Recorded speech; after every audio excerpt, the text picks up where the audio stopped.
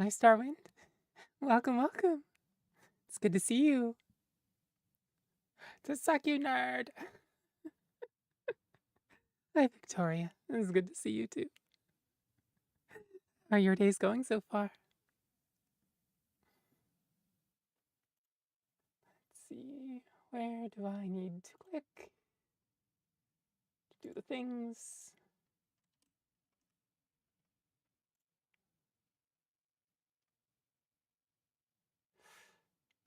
Mm.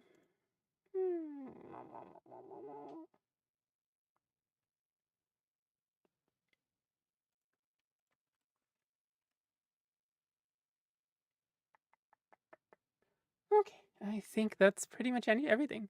Heck yeah, glad to be here. Today's an awkward timing.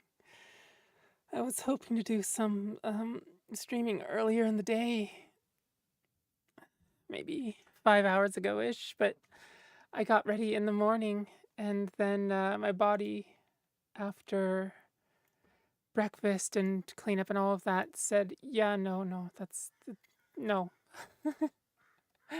you can't do this. The body needs rest." So I had to nap for an hour or two. I was over on um, Rose stream. Let's see. I can do that and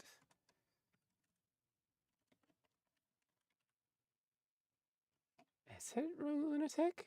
I don't remember what her Twitch handle is.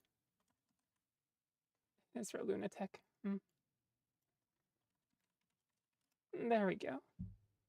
The channel does not exist. Okay.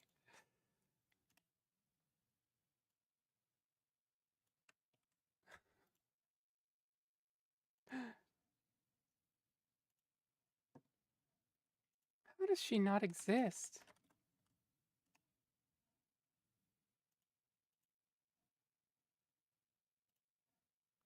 Also, let me get the...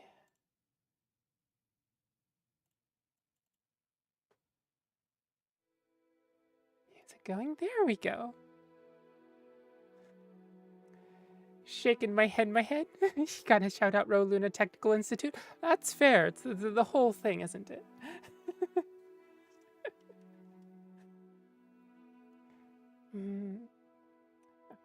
I'm going to do 3 minutes of ads real quick on Twitch just to get the pre-rolls off, and then, well, I guess we'll just sit here and chat for a little bit, shall we? Oh, it's been a... Oh, hopefully you're feeling better now. Thank you. I'm feeling better. Not good, but better.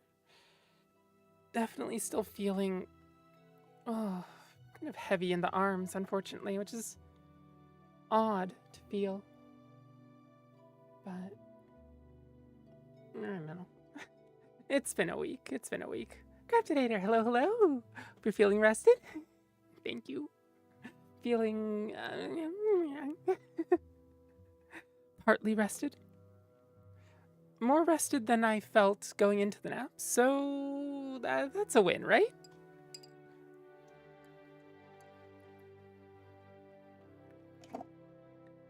Oh, right. I still don't have a proper limiter on the,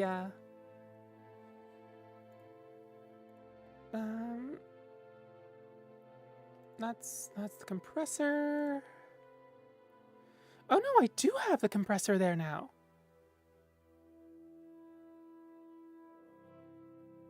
Oh.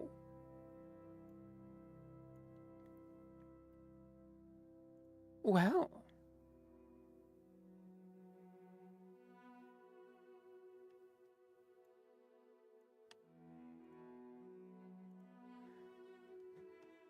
Huh.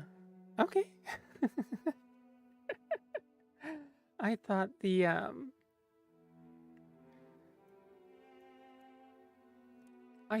compressor plugin that I was hoping to use didn't work in OBS, and it looks like it absolutely is working.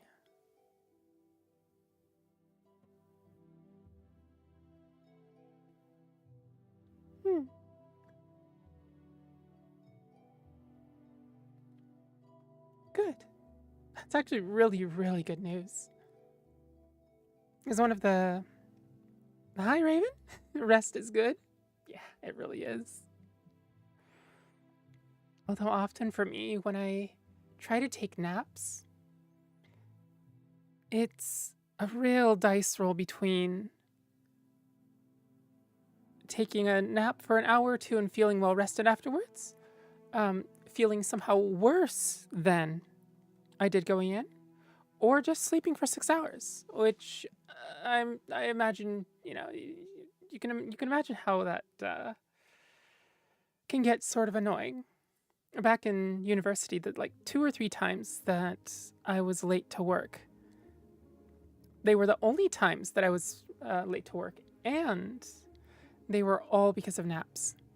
In those instances, it was like I just slept completely through my alarm. Not, oh, I woke up to my alarm, turned it off, and went back to bed, because like the alarm was literally, 2 meters away from me, so I couldn't have physically gotten to it. But it was close enough that, it definitely could have woken me up, and indeed, like, should have, realistically speaking. But for some reason, I just didn't. Hi, Vipkin. Welcome, welcome. What book today? A lot of books. Usually we do the Elder Scrolls short stories that we find in games, so they can be anywhere from about 10 minutes to, I think some of the longest ones we have are about 30 minutes. The Great War runs about 25 to 30. What else is there? The Warp in the West, I think, runs 20-something. And I think there is one other one that we definitely have read in the past that ran fairly long.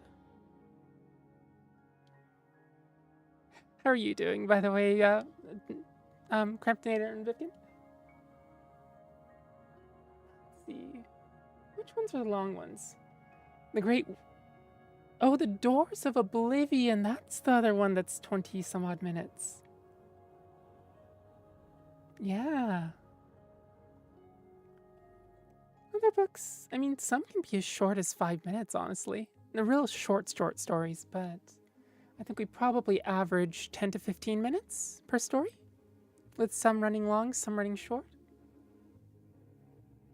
Oh. Hi, Actual Cannibal Panda. That's a username. Thanks for the first time, chat. Welcome to the channel.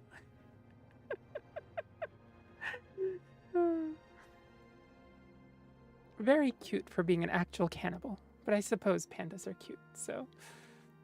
Oh, and thank you for the follow. Welcome to the Succubard's library. Hope you find it cozy here. Just going to chat for a little while, and then eventually start up on the stories. What are people feeling today? Do you want to go more lore heavy? Do you want to go more story heavy? Do you want to learn about Oblivion and the various Daedra?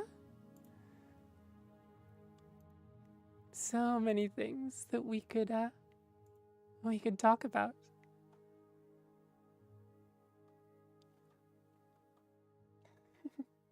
Meanwhile, Balbs is sitting in the window, swishing his tail back and forth. Oh. He's moving the curtain every time he does.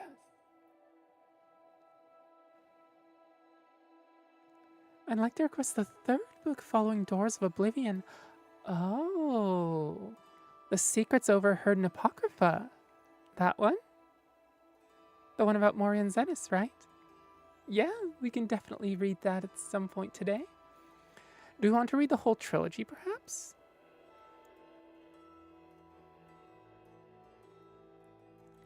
We could do On Oblivion, and then the Doors of Oblivion, and then Secrets Overheard in Apocrypha.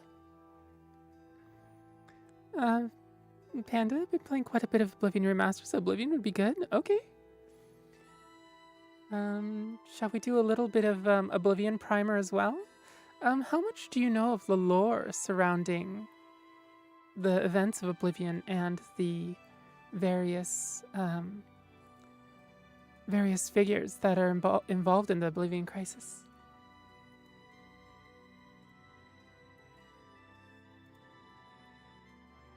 Oops, that's not my library. That's my library. Let's see, on Oblivion. Doors of Oblivion.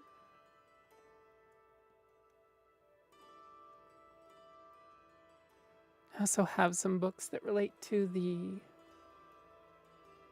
Dark Brotherhood as well. I think we have 3 books at least that go into the Dark Brotherhood. Modern Heretics. What was this one again? Oh, right. This is the Daedric Shrines one. Right. How far in are you, by the way, Panda? Spotty knowledge, but roughly know the backstory. Okay. So maybe we'll do a short life of Uriel Septim the Seventh, and maybe Amulet of Kings as well.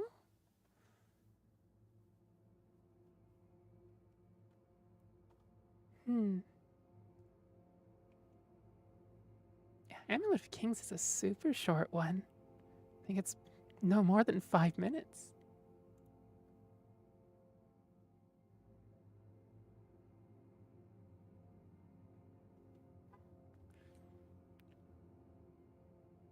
Panda doing guild stuff. Got to do Whodunit again, so happy days. Oh, that's the Dark Brotherhood quest line, isn't it? I won't say too much more than that, since it might spoil it, but yeah. I think I got to... Oh, who did I watch do it the other night? Oh. Let's see. Who was it? It wasn't Benini. Patty Biscuits, that's who it is.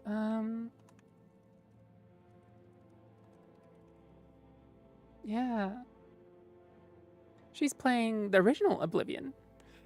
And yeah. I think I got to the last session, or maybe the one before that she did of Oblivion. I got to see her do that particular quest. You've beaten the game before? Okay, so... Okay. Let's see, so that means you probably know... maybe not the Zura Shrine one. It's Modern Heretics. Let's see. Great War, Thief of Virtue, Thoron's Journal. Oh, every time I want to read Warp in the West, but it's so long. And of course, oh, hi, Babs. I'm jumping onto my desk. The original is Potato versus the remaster is Uncanny Valley. Yeah, I suppose there is a little bit of Uncanny Valley in there, isn't there? It's, although it is nice to see the glow up. There's, especially the Argonians and the Khajiit got so much out of it, right? The more, like the humans, the Bretons, well, I guess the Bretons are, well, no, they're half human. But yeah, the various human races got a glow up, but the beast races especially, yeah. Like, that's... And the elven races got a little bit. Like, definitely better than they used to be, I think. Aw. Valves wants to use my, one of my sound interfaces as a pillow. That's what he does on my desk. He comes up here, sniffs around, rolls over, and then just uses my sound interface as a pillow. Ro! Welcome, welcome! Rain mode! Hello, hello! Welcome, welcome! It's good to see you! Hang on, my browser is being silly, can't hear you? Oh! How do you rapster raids? Hello, hello! Hi, Beetlefar! Cat girl raid! Cat queen raid! Cat girl queen raid!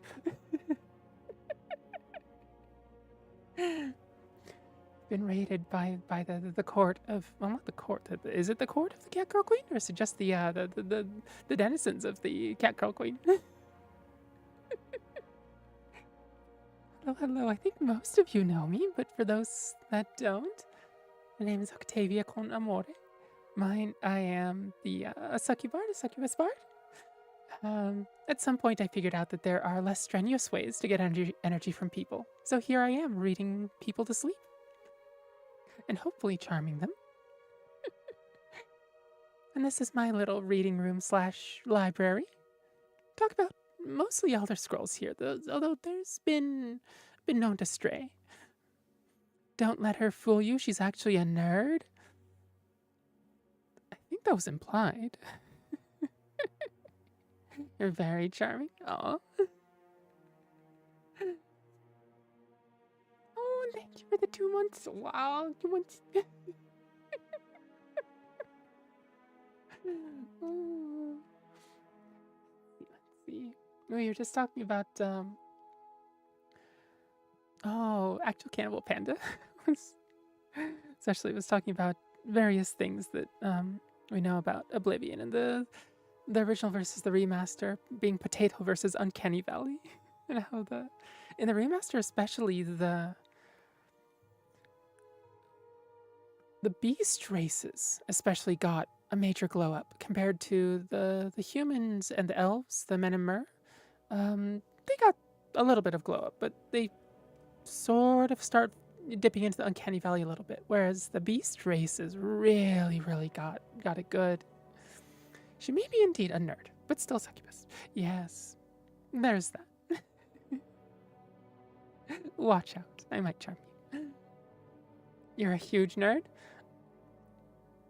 Waves in the general direction of my surroundings.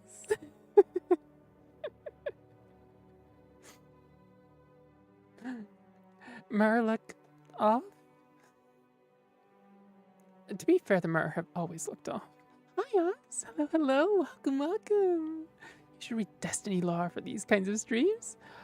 Maybe. I don't know how, like, are there a bunch of books in-game? Because otherwise, so with lore, there's actually reading the books, and then there's talking about the lore. And I haven't actually played Destiny, so I don't know the lore. So that's a disadvantage, right? With something like Elden Ring, I know the lore. I've played it. I don't own it. But there's not really that many books to read from in-game, right? Elden Ring, not Elden Ring, the Elder Scrolls has just this absolute wealth of in-game literature that I can read and go off of. Like we can, go, oh, what are relevant books to people that are getting into Oblivion now, right? Whether it's the original or the remaster. And then we can pick those books and read them and maybe even talk about maybe various inaccuracies, perhaps. Oh, Reckless Wisp. Hello, hello. Welcome, welcome. Thank you for the follow. Welcome to the Succubard's Library. Hope you find it cozy here. Elden Ring has good lore too, but it's more difficult to get into. Yeah, Elden Ring has such a deep world building and story, but it's almost completely done by environmental storytelling. Right? And the precious few lines that we get from actual characters. And so it's really hard to actually read. Raven, I'm a nerd too, but not even as close to her as, wait, not even close as cute as she is. How would I say that? Oh, my brain is scrambled right now. Craft I don't think the orcs look any better in the remaster, to be honest. Yeah, it's maybe not as potato-y. Tupinyan? FromSoft loves to give its lore piecemeal and leaves much between the lines. They really do. Although often, what's his name? Tarnished Archaeologist. So that there's a lot of good Elden Ring lore people out there, right? Especially Miss Chalice is one of the few women that do lore videos, and she is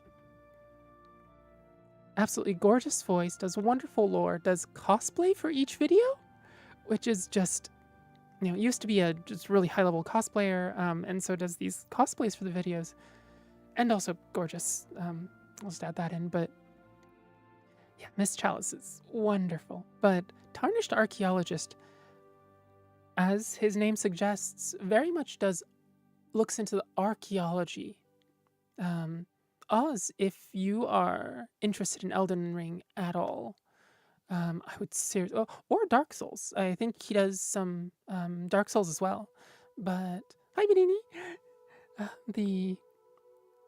The way that he picks apart, because Elden Ring does so much of its storytelling through the environment, archaeology is the perfect lens through which to look into the lore of Elden Ring.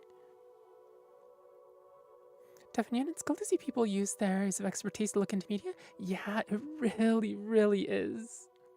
It's, Oz, speaking of which, is also a archaeologist and one other field, right?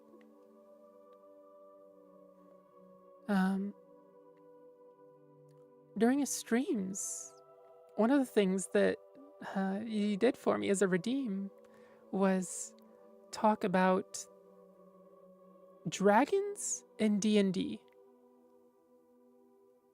but through the lens of not archaeology. What is the study of life through the ages? The word is completely escaping me, but yeah, it's wonderful to see people take the various expertise that they do have and really, use that to enhance the lore or to look deeper into the lore than other people are able to. Anthropology, that's the word. Although, is it anthropology? I thought anthro was humanoid. Right, I'm trying to get into it, but the easiest videos are over 2 hours long. Yeah, I would honestly just recommend, if you're doing something physical, paleontology. There we go. Paleontology is probably the correct word.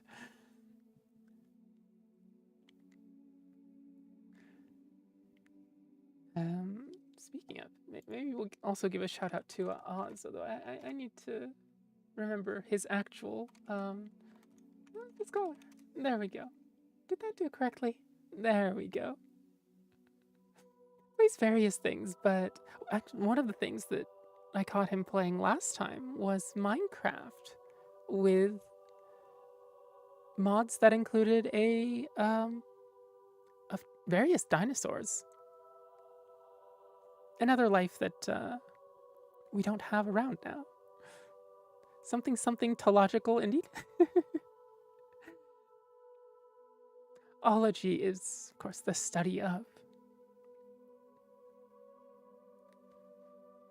Except for, well, astrology is slightly different in that, etymologically, it was the study of the stars, but part of it, nowadays especially, astrology is more the mystical, the, perhaps, well, are you okay, Babs? More spiritual, religious, that side of things, and then, astronomy is the scientific study thereof. That's one of the few exceptions I know to the ology, meaning study. Well, let me get that out of your way so you're not just bonking it with your tail every few seconds. There you go. Keyboard cover.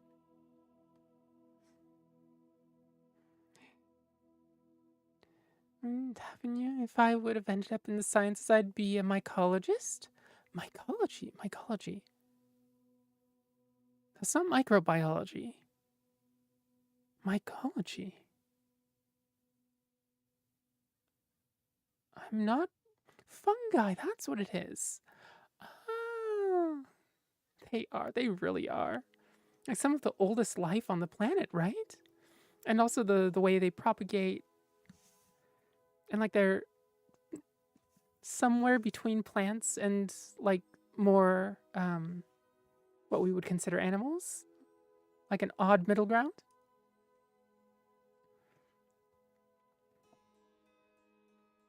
Medieval paleontology is studying the generations of creatures and life on Earth through fossilized evidence and such. Anthropology is the study of human cultures.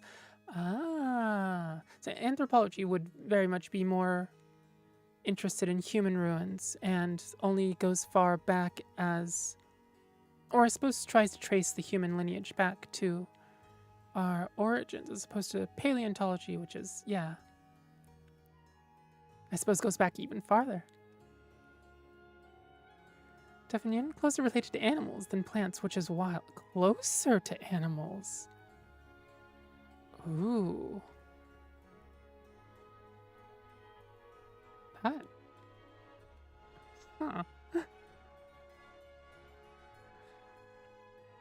Let's see. Fungi are an abomination unto Nuggin. Victoria, source, trust. Nugan. Oh, that's not a Discworld reference, is it? I want to say Discworld, but it's... Is it Discworld? In Tuffinyan, studies have shown that lightning strikes lead to higher levels of cultivation where fungi are struck. What?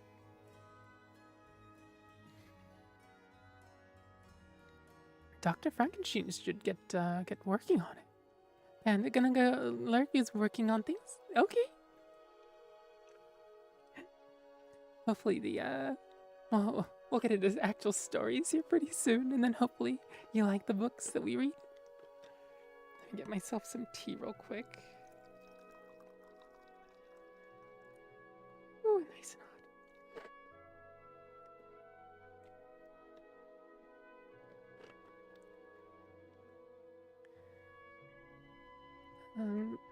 Ro? Oh, you've heard the... Oh, yeah, what Tuffinen was talking about with the myconids? Myconid, that's the word. That's why I, recognize mycology. Yeah, it absolutely fascinates me. Yeah, it's... Victoria, maybe Nugan might be a Discworld reference? Or just probably yes, right? Oh, I really want to reread Discworld, but there's so much that I want to read now, too. Like, there's... Like, even just with the Oblivion books, it's... There's so much material there. And then with the Elder Scrolls Online, there's so much material that I want to read. Victoria, it's so good. Yeah, I've read every single Discworld book, often more than once, except for the last book.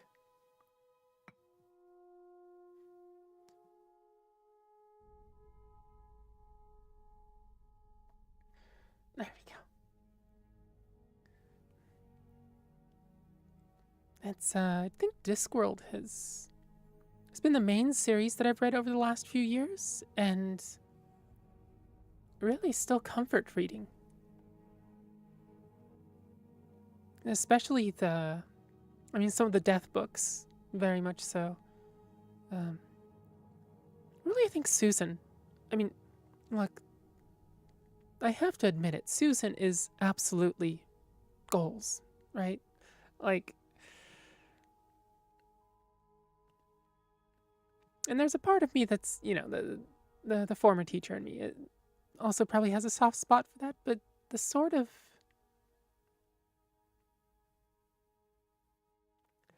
she's no nonsense, but there's so much warmth there and care for other people, especially for kids.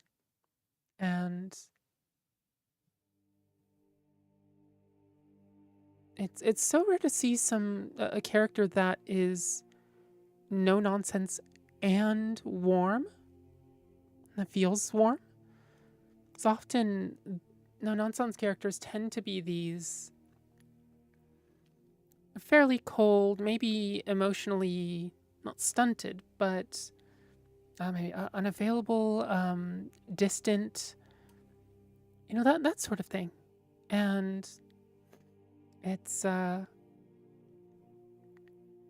really, really nice to see a character that is just like, oh damn it, give me that. Let me just get this out of the way. It needs to be taken care of, and also have so much warmth and care. Victoria, I haven't read all of them, but I do know that a Monstrous Regiment is one of the books I've reread the most. Ah, Monstrous Regiment. It's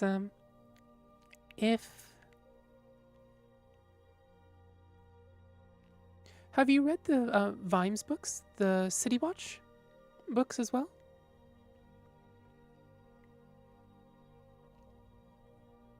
Raven, I like tea, but the idea of drinking it hot in summer, this weather makes me sweat. For me, it's a throat thing. Because remember, I'm sitting here just yakking away the whole time, right? And even more than most other streams. Like, if I'm talking, I can have these little pauses.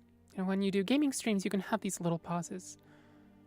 But with reading streams, the whole point is that I'm reading, right?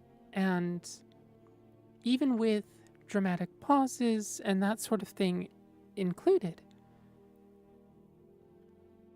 while I'm talking, I'm going to be talking for a larger percentage of the time than most other streams, I think.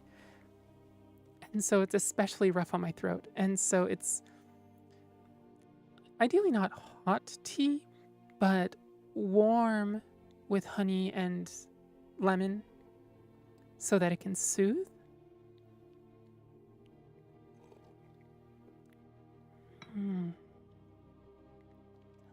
Oh, good. It's like this orange hibiscus tea. And so it has almost this raspberry flavor to it. It's definitely a nice, rich, reddish pink color, too. Victoria, you've read a smattering of them? Guards, Night Watch, Jingo, and Feet of Clay. I do know I've read. So Guards is the first one. Night Watch is fairly late. Jingo is Jingo the last watch book? Feet of Clay is like third or fourth, isn't it? Men-at-Arms is the second one. There we go. Is that about all it? Guards, Men-at-Arms, Jingo, Night Watch, Feet of Clay? Feet of Clay is the one with the trans allegory.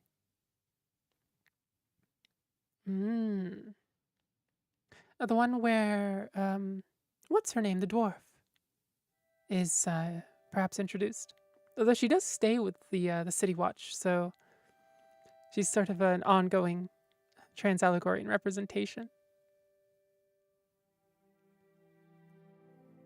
Of course, it's a little more on the nose with Monstrous Regiment. But, Cherry Littlebottom is introduced in Men-at-Arms. Oh. Feet of Clay. Bead of clay. Well, I guess I need to go back and reread them then.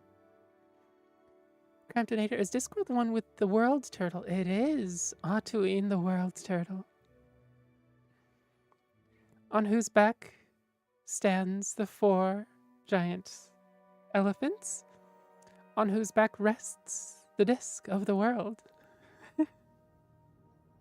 We've actually read a little bit of Discworld here as well. There was, we read an excerpt from one of the death books.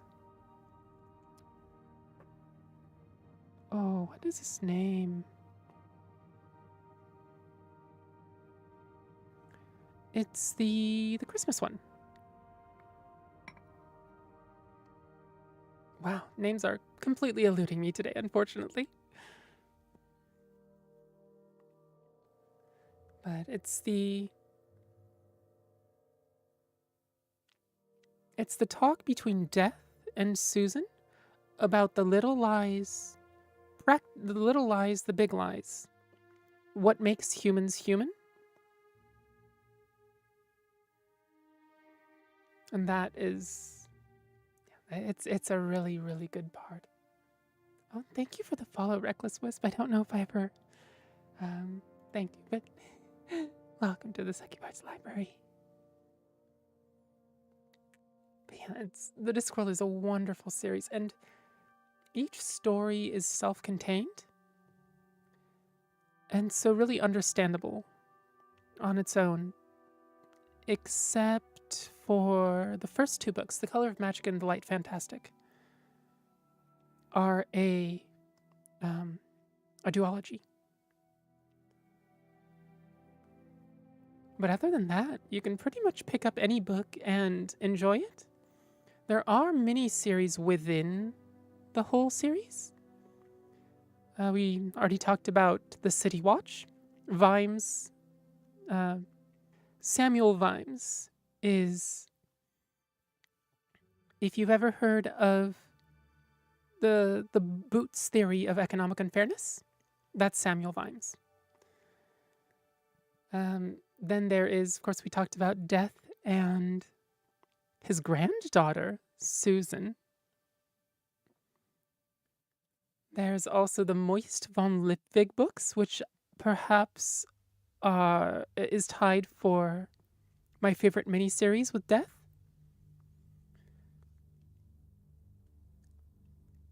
Don't Granny Weatherwax? Wait, what? Don't what, Granny Weatherwax? Don't forget. Oh, yeah. I was going to mention the witches next. Or Ridcully. Ridcully. And of course, Ridcully is only in part of the wizard books. Rincewind, the wizard, Wizzard, is in the main protagonist throughout the wizard books, including he's the protagonist through the first 2 books, Color of Magic and The Light Fantastic. When Rincewind has near-death experiences, Death has near Rincewind experiences.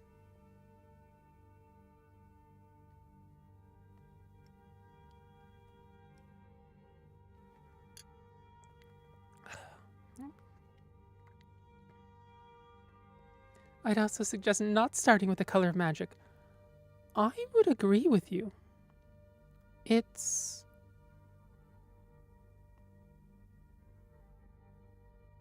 doesn't feel as well polished as much of his later work, I think. Although it does get people... It's a good primer. Color of Magic and Light Fantastic are wonderful primers for the world of Discworld. But they're good books, but they're not as good as the later books. And as a note, if you're getting into them, they're fairly short, they're fairly bite-sized as books go. They're not tomes. I would never describe any of them as tomes. And so I think they're easily digestible, but also really fun. And more than pretty much any author I know, Terry Pratchett has an insight into humans and the human condition. And you can see, a lot of that just through all of the books. And he's not without fault, you know. But there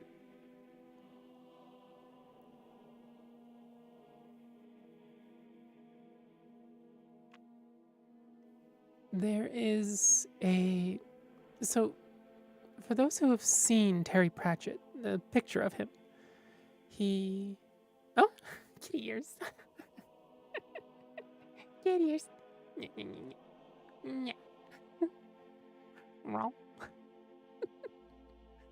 He looks like this really cheery old grandpa. Sir Terry Pratchett also says trans rights. That he does. And Monstrous Regiment, especially, is a good trans allegory book, but also his watch books absolutely deal with the trans experience and handle it so well. And even in real life. And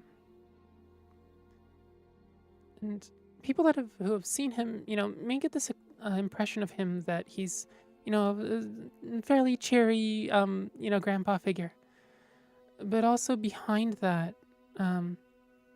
fueling that perhaps almost, was this seething fury at the unfairness of the world. And not a personal sort, right? Like, I have been done wrong. Why is it always me? That sort of feeling that things are unfair. But the injustice and unfairness of the world in general, right? Is that, in this world there's so much good and also so much that is just, so much suffering that often just doesn't need to be there. And so I think in a lot of ways that fuels that warmth and wisdom. I don't know, come to think of it, maybe Granny Weatherwax is a lot of Sir Terry Pratchett, but also Susan. Granny Weatherwax, on the other hand, is... So she shows up in both the Witch miniseries as well as the... Oh, there's a later young...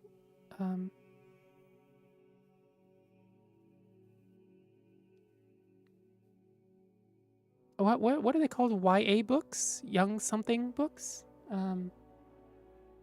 Definitely still enjoyable by adults, but aimed at more kids. Young adult, there we go.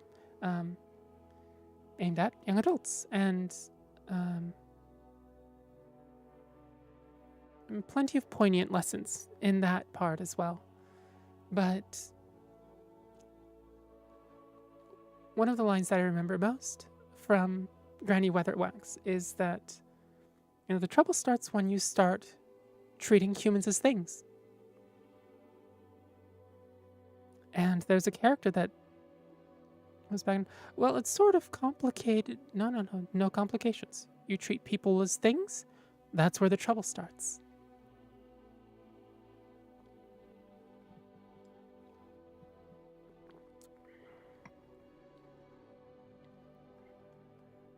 And that's... Well, I wish more people could know that lesson. And really take it to heart, because... Yeah, we get to see a lot of that in our world, unfortunately.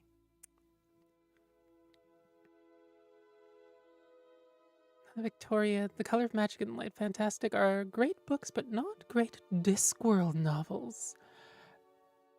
Ooh, that's a good way of saying it, yeah, of describing them. They set up the world, they set up the some of the characters, but maybe not the greatest of Discworld novels.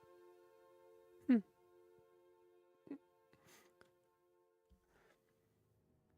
Raven, I may read those books. Sounds interesting. I would highly recommend it. If you find yourself unable to choose, um, I can recommend one or two. Oh, Palbs, Palbs. You have to roll the other way. Everything over here is light. You can use this as a pillow. He rolled the other way from the sound interface and clonged into a few things that I have more towards the center of my desk. What are cats for if not to mess up the desk and, ink paw prints on manuscripts and various things like that, right? Sure, never heard that saga before, but I'm complete blank in that sense. It's a really good series. Anyway, perhaps we'll actually start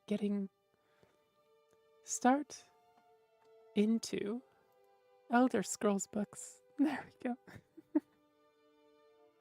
I swear I talk for a living.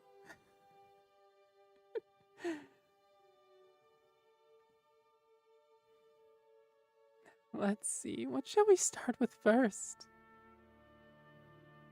Shall we start with the...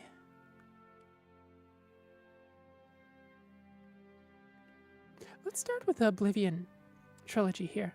So there's On Oblivion, The Doors of Oblivion, and Secrets Overheard in Apocrypha.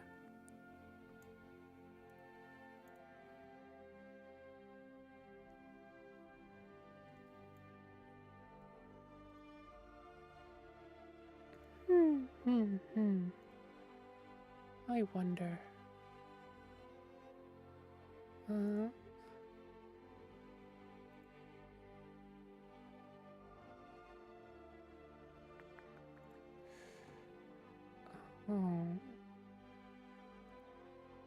Oh, there's the setting. No, not the correct setting. Oh well.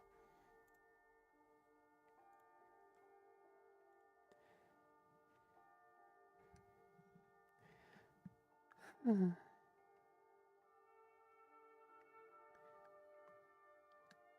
see. Oh, I have to change categories too, perhaps.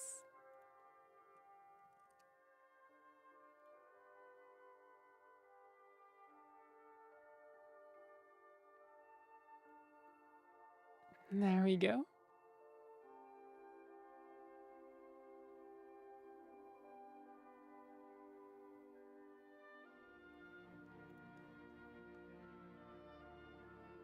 So this book is a series mainly focusing around a mage by the name of Morian Zenos, who is researching Oblivion. Sorry. And Oblivion in the Elder Scrolls is this series of realms ruled over by various Daedric princes. And they are, for the most part, hard to access from the main world. I forgot whether it's Mundus or not, or whether it's Nirn. But think in terms of D&D, more the prime material plane, and then the various planes beyond the prime material plane.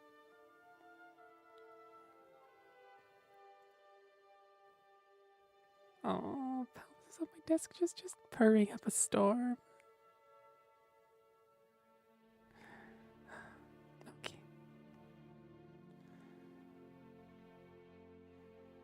On Oblivion by Morian Zenos.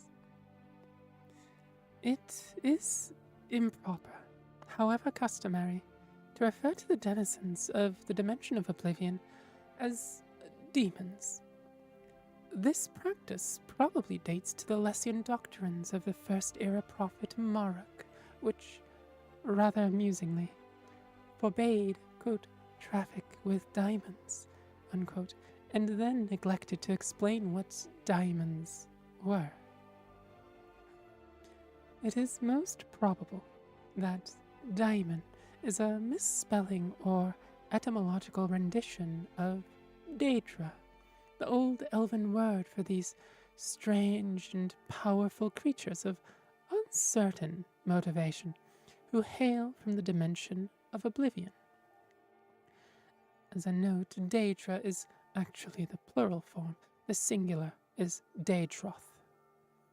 In a later tract by King Hael the Pious of Skyrim, almost 1,000 years after the publication of the original doctrines, the evil machinations of his political enemies are compared to, quote, the wickedness of the demons of oblivion. Their depravity equals that of Sanguine himself. They are cruel as Boethia, calculating as Molag Bal, and mad as Sheogorath. Hael the Pious thus, long-windedly, introduced 4 of the Daedra lords to written record.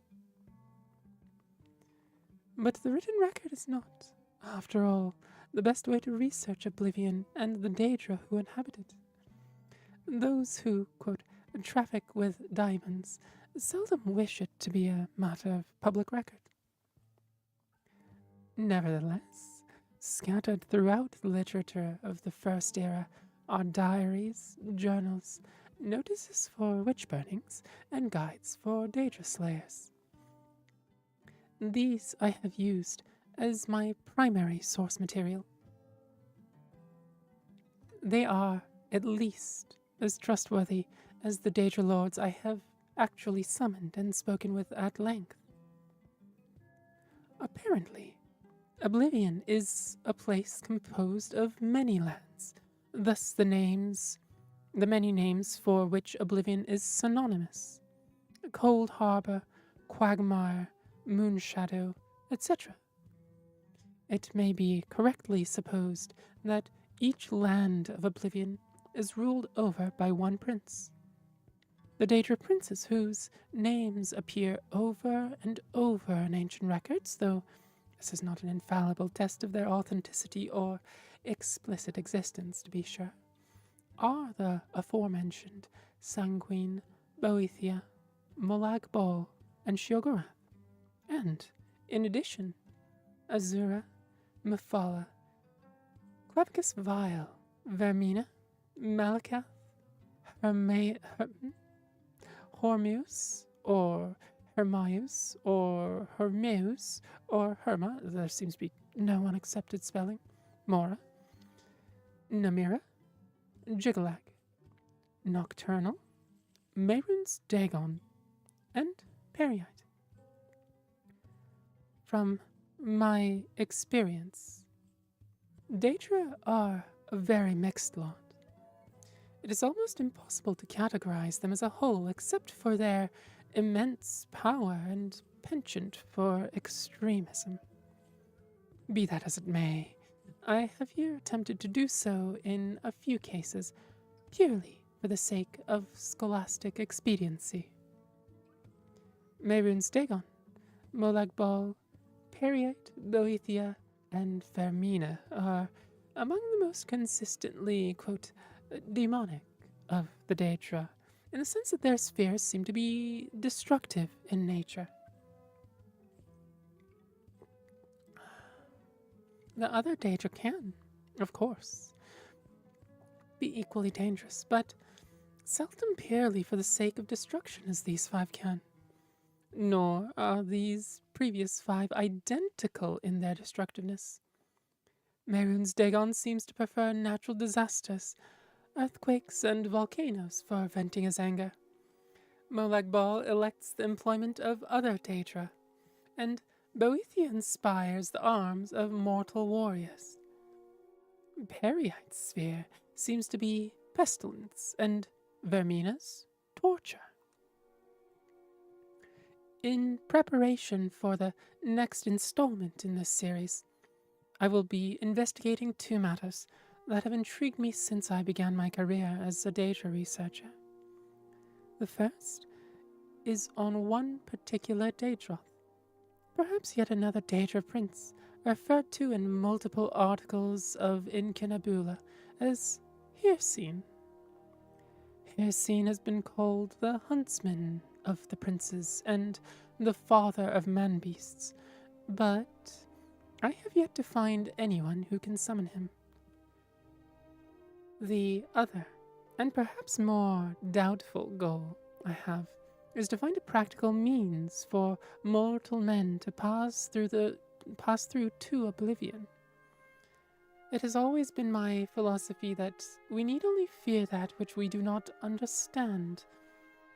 And with that thought in mind, I ever pursue my objective. And that was on Oblivion. And this book does exist in the game Oblivion as a note.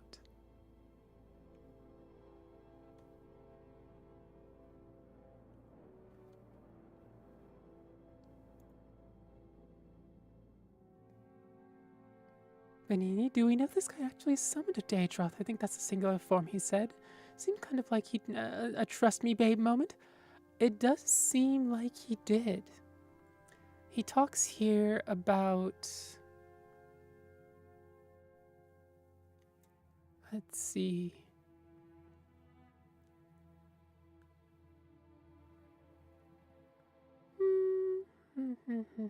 Where is the passage?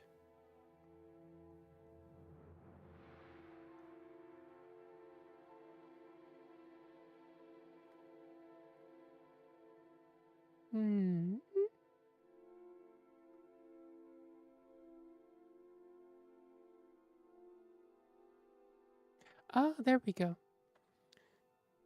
So he talks about the literature from the First Era. These I have used as my primary source material.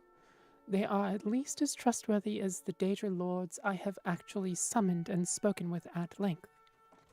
And in the next book, his apprentice actually talks about the summonings and the actual summoning room that they used, and how there are things about that room that will never leave them. But they aren't the scene, the things that you can see. Where is... Here's the passage. I will never forget that vault. Not for its look, which was plain and unadorned, but for what you couldn't see. There were scents that lingered there, long after the summoned creature had left. Flowers and sulfur, sex and decay, power and madness. They haunt me still to this day. And that's the passage that leads me to believe that they definitely did summon Daedra.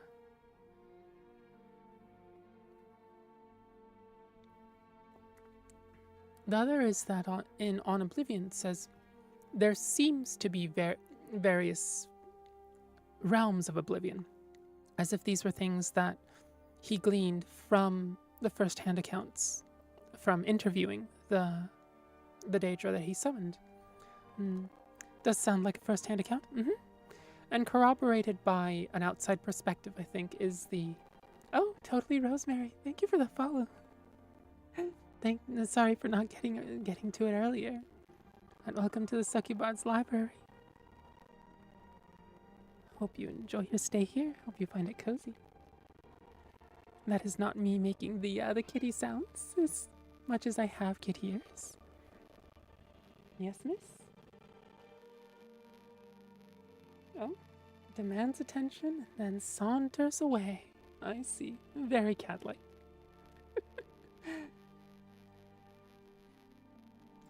Let's see. Yeah, for anybody here, there's the Discord link. Oh, I realize on the YouTube side it doesn't work. Let me enter it manually here. Nightbot doesn't work on that side, unfortunately. But if you are on the YouTube side, click the little likey button, sub, do all the, and press the buttons that help support me.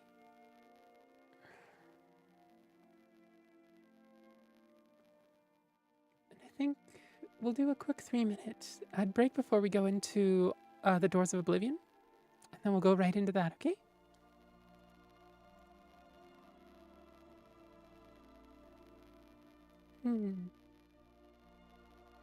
Oh, right. I have the little, the sub badges now.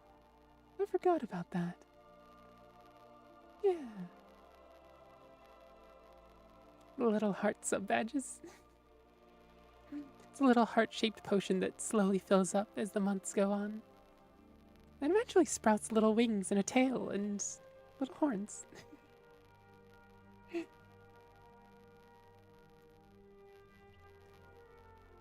By the way, how's your day going, Banini? Do you have a stream today?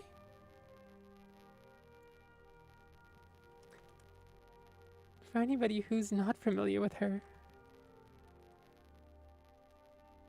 she's I think the only other streamer that I co-stream with regularly. She does playthroughs of Oblivion Remastered on Sundays, starting in about 23 hours, maybe 22.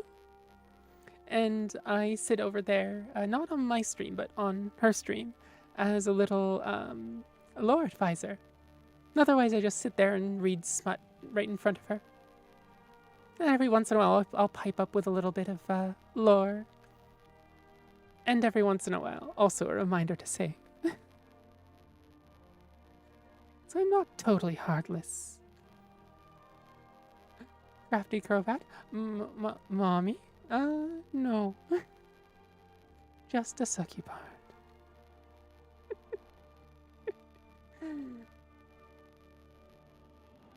Yes, Mew? What is it? If you demand attention, you have to be within arm's reach, or it's not fair, is it? Hi, Crowbat. Welcome back. How's your day going so far? We were... Yes, miss, you have to be up here. I can't reach. See, this is the extent of my arm. Yes? Come on. If you want pets, you have to get up here. No? Are you just going to sit there and complain in the middle of the room? Okay. That's fine. Howdy, I hope you're doing well. Oh, howdy, hope you're well. So. Oh.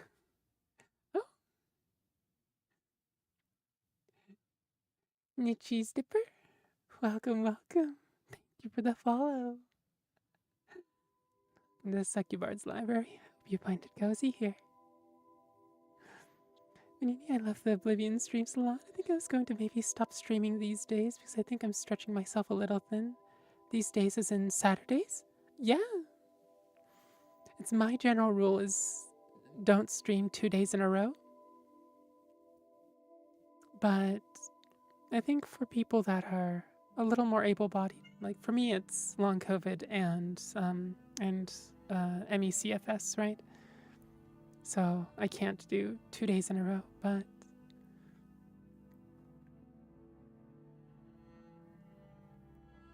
how many days are you streaming per week now, by the way? Is it like 4 or 5? Because I know you do Sundays. And I know you have one other that you do with a friend, right? And then yesterday you did the stream with Vivisector Gaming, and then yes, miss. You have to come up here. No? I'm afraid I can't acquiesce. Nini, that's smart. I was doing 4, but also but then I also sit in on my friend's stream, so I end up with like 5 or 6 a week. Yeah, that's... Oh, hello. The thing with friend streams is that it does still take energy. So I have to be careful not to, I remember I tried doing a little bit of a stream before, maybe it was last week, before raiding into your Oblivion stream. And I realized, no, that is way too much stress on my body. Because the streams do still take energy. We are still talking, we are still entertaining.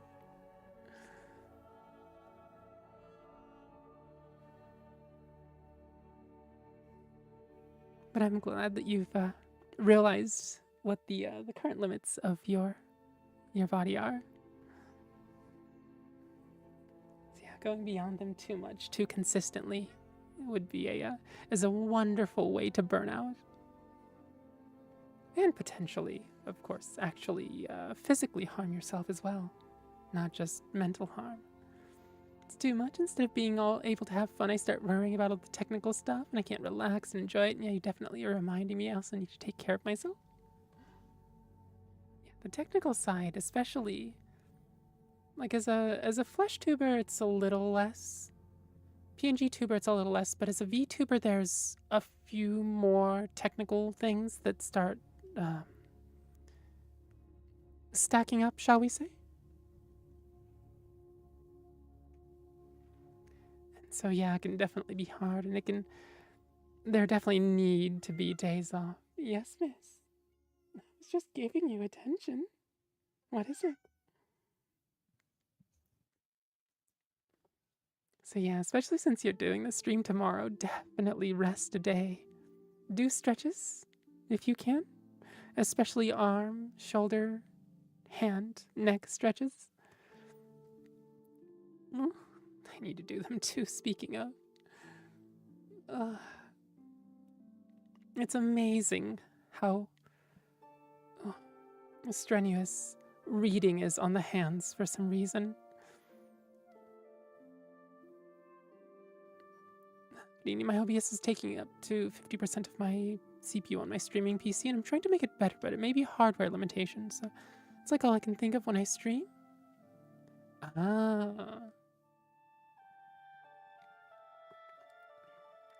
It may be,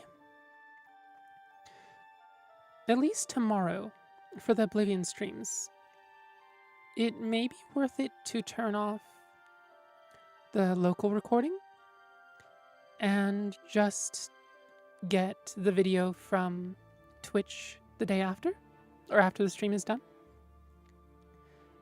And that will probably take some of the encoding load off of your secondary PC. I know for some games, you really want to have the local recording so you can have music without having the music in the VODs, but at the very least, for tomorrow, it may be a workable solution, especially because Oblivion's music is just so good and so fitting.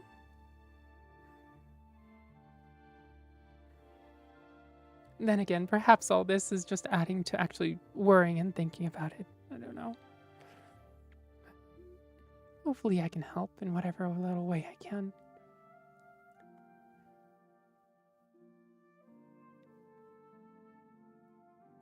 Okay, let's see now. It was just a test run yesterday to see if it worked. No, it's totally okay. I appreciate the advice. Okay.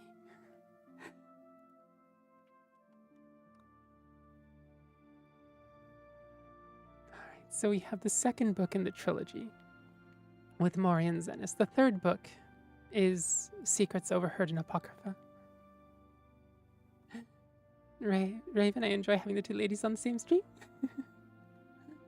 Banini, and it did work? No DMCA? Good. So I think for my stream, the music is so soft that DMCA rarely catches it. There are parts of my VODs that are muted on the outside, but then I tend not to use those VODs for my videos anyway. As for my YouTube videos, right, I capture those fresh. I very specifically capture that, the recordings as their own thing locally, and work on them locally, right, off of stream. And so I don't have that particular worry, but I record straight to your PC.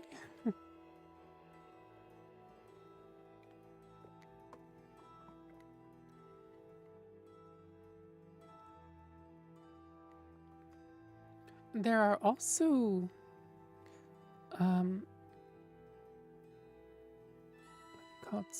there's also music that is DMCA free, or not DMCA free, not royalty free, sort of free use as long as you give proper credit.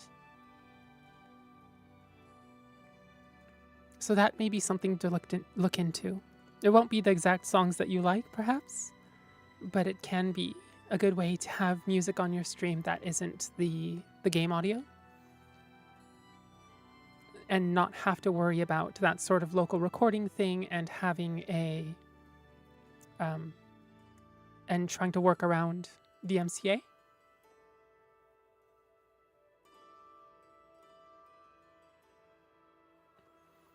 All right. This is the second in the series. This is called The Doors of Oblivion. Let me actually pour myself a little bit of tea here real quick.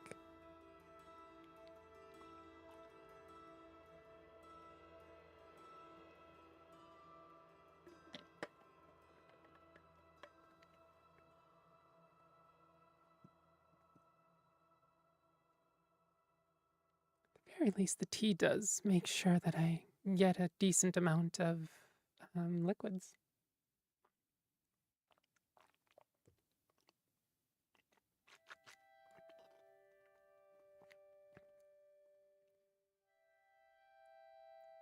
The Doors of Oblivion.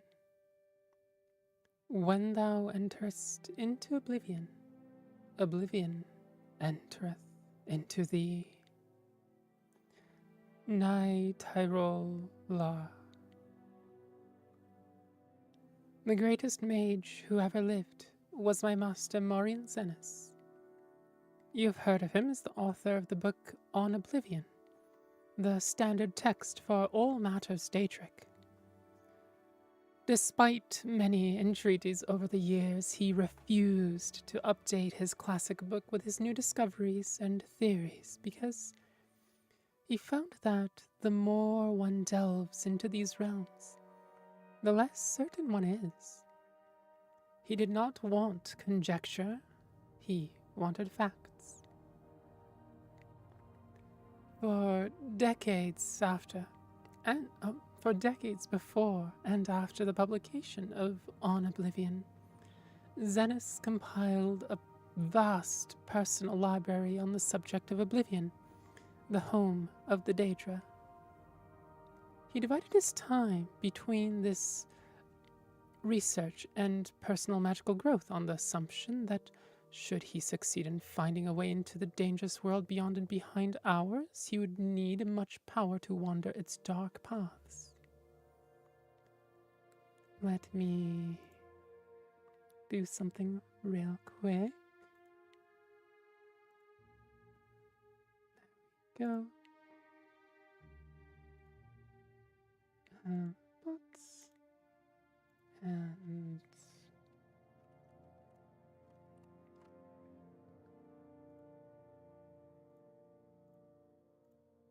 then we can remove that.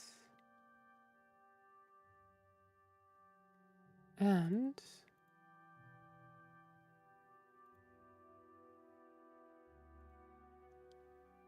do I have to remove it from the YouTube side as well? I do, don't I?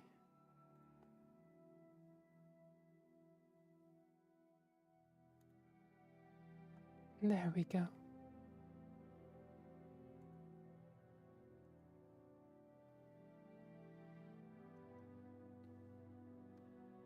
Goodbye, dumb bot. Don't mean to keep you from your reading, and now I can just yap and yap. It's a trait I'm rather fond of.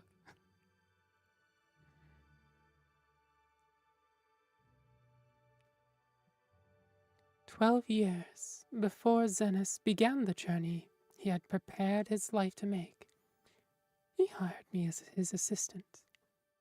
I possessed the 3 attributes he required for the position. I was young and eager to help without question. I could read any book once and memorize its contents. And, despite my youth, I was already a master of conjuration. Xenos, too, was a master of conjuration, indeed a master at all the known and unknown schools. But he did not want to rely on his ability alone in the most perilous of his research. In an underground vault, he summoned Daedra to interview them on their native land, and for that, he needed another conjurer to make certain they came, were bound, and were sent away again without incident. I will never forget that vault. Not for its look, which was plain and unadorned, but for what you couldn't see. There were scents that lingered long after the summoned creature had left.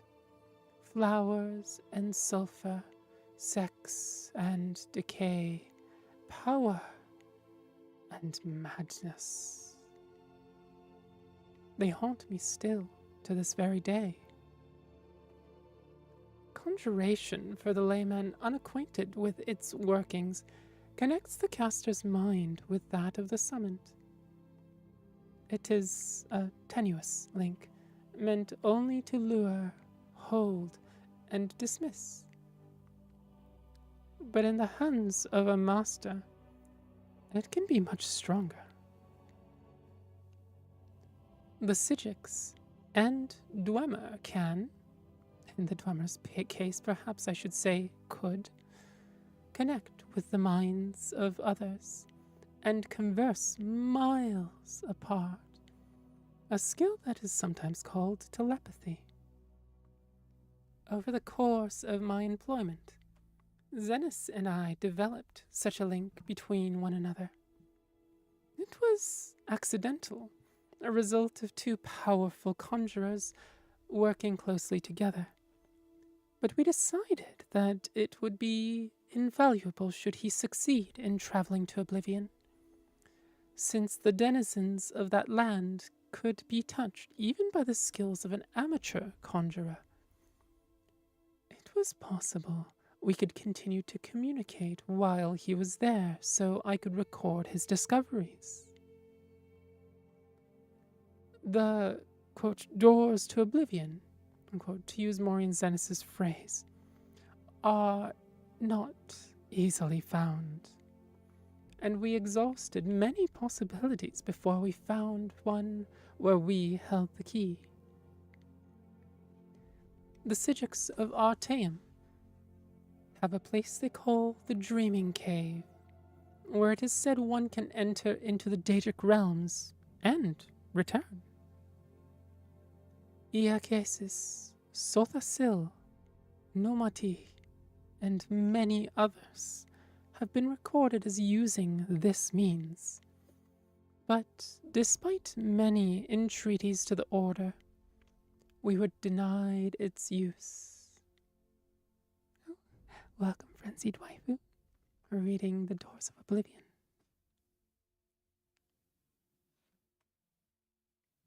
Celeris, the leader of the order, has told us it has been sealed off for the safety of all. He had hopes of using the ruins of the Battle Spire to access Oblivion. The Weregate still stands, though the old proving grounds of the Imperial Battle Mages itself was shattered some years ago in Yagar Tharn's time. Sadly, after an exhaustive search through the detritus, we had to conclude that when it was destroyed, all access to the realms beyond, Soul Cairn, the Shade, Perilous, the Havoc Wellhead had been destroyed. It was probably for the good, but it frustrated our goal.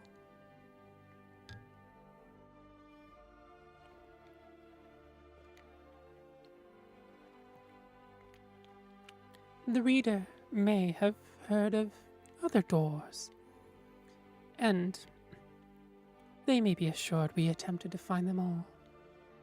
Some are pure legend, or at any rate not traceable based on the information left behind. There are references in lore to Maruk's Abyss, the Corrington Mirror, the Mantalan Crux, the Crossroads, the Mouth, a riddle of an alchemical formula called Yakinth and Rising Sun, and many other places and objects that are said to be doors, but that we could not find. Some exist, but cannot be safely entered.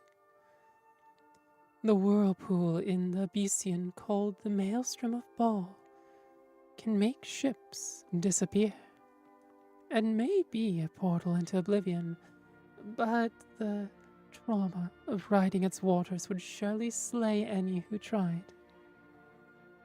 Likewise, we did not consider it worth the risk to leap from the Pillar of Thras, a 1,000-foot-tall spiral of coral, though we witnessed the sacrifices the Slodes made there. Some victims were killed by the fall, but some, indeed, seemed to vanish before being dashed on the rocks. Since the Slodes did not seem certain why some were taken and some died, we did not favor the odds of the plunge. The simplest and most maddeningly complex way to go to oblivion was simply to cease to be here and begin to be there. Throughout history, there are examples of mages who seemed to travel to the realms beyond ours, seemingly at will. Many of these voyagers are long dead, if they ever existed. But we were able to find one still living. In a tower off Zafir Bay, on the island of Vardenfell in the province of Morrowind, there exists a very old, very reclusive wizard named Davaith Beer. He was not easy to reach, and he was reluctant to share with Morian Zenis the secret door to oblivion. Fortunately, my master's knowledge of lore impressed Fear, and he taught him the way. I would be breaking my promise to Zenis and Fear to explain the procedure here, and I would not divulge it even if I could. If there is dangerous knowledge to be had, that is it. But I do not reveal too much to say that Fear's scheme relied on exploiting a series of portals to various realms created by a Telvanni wizard long missing and presumed dead. Against the disadvantage of this limited number of access points, we weighed the relative reliability and security of passage and considered ourselves fortunate in our informant. Morian Zenis then left this world to begin his exploration. I stayed at the library to transcribe his information and help him with any research he needed.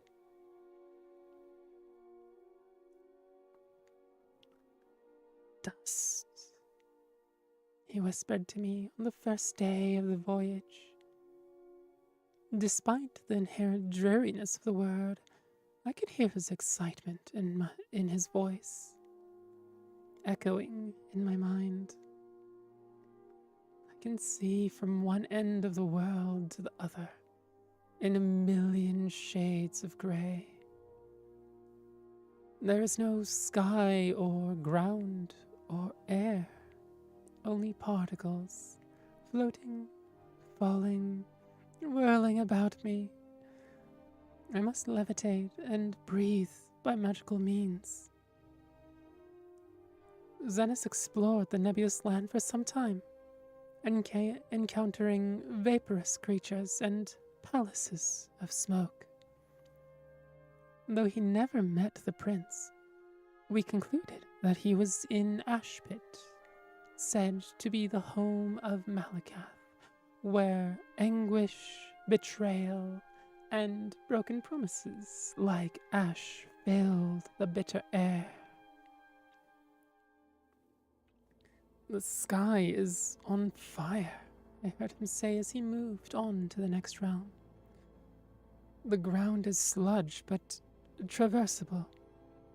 I see blackened ruins all around me, like a war was fought here in the distant past. The air is freezing. I cast blooms of warmth all around me, but it still feels like daggers of ice stabbing me in all directions. This was Cold Harbor, where Molag Bal was prince. It appeared to Xenos as if it were a future Nirn, under the king of rape, desolate and barren, filled with suffering. I could hear Maureen Xenos weep at the images he saw and shiver at the sight of the imperial palace, spattered with blood and excrement. Too much beauty, Xenos gasped when he went to the next realm. I'm half blind. I see flowers and waterfalls, majestic trees, a city of silver. But it is all just a blur. The colors run like water. And it's raining now, and the wind smells like perfume. As surely as moon shadow where Azura dwells. Xenos was right. And astonishingly, he even had audience with the Queen of Dusk and Dawn in her Rose Palace. The personal note, this is the Daedric Prince Azura. She listened to his tale with a smile and told him of the coming of the Nerevarine. My master found Moonshadow so lovely, he wished to stay there, half-blind, forever. But he knew he must move on and complete his journey of discovery. I'm in a storm, he told me as he entered the next realm. He described the landscape of dark, twisted trees, howling spirits, and a billowing mist. And I thought he might have entered the deadlands of Mehrunes Dagon. But then he said quickly, "No, I am no longer in a forest. There's a flash of lightning, and now I am on a ship. The mast is tattered, the crew is slaughtered. Something is coming through the waves. Oh, gods. Wait, now I'm in a dank dungeon cell." He was not in the Deadlands, but Quagmire, the nightmare realm of Vermina. Every few minutes there's a flash of lightning, and reality shifted, always to something more terrible and horrifying. A dark castle one moment, a den of ravening beasts the next, a moonlit swamp, a coffin where he was buried alive. Fear got the better of my master, and he quickly passed to the next realm. I heard him laugh. feel like I'm at home now. LemonStxDesign described to me an endless library, shelves stretching on in every direction, stacks on top of stacks. Pages floated on a mystical wind that he could not see. Every book had a black cover with no title. He could see no one, but felt the presence of ghosts. Moving through the stacks, rifling through books, ever searching. It was Apocrypha, the home of Hermaeus Mora, where all forbidden knowledge can be found. I felt a shudder in my mind, but I could not tell if it was my master's or mine. LemonStxDesign never traveled to another realm that I know of. Throughout his visits to the first 4 realms, my master spoke to me constantly. Upon entering Apocrypha, he became quieter, as he was lured into the world of research and study, the passions that had controlled his heart while on Nern. I would frantically try to call to him, but he closed his mind to me. Then he would whisper, "This cannot be. No, never guess the truth. I see the world at last, illusions shimmer. It is crumbling all around us." I would cry back to him, begging him to tell me what was happening, what he was seeing, what he was learning. I even tried using conjuration to summon him, as if he were Daedra himself, but he refused to leave. LemonStxDesign was lost. I last received a whisper from him 6 months ago.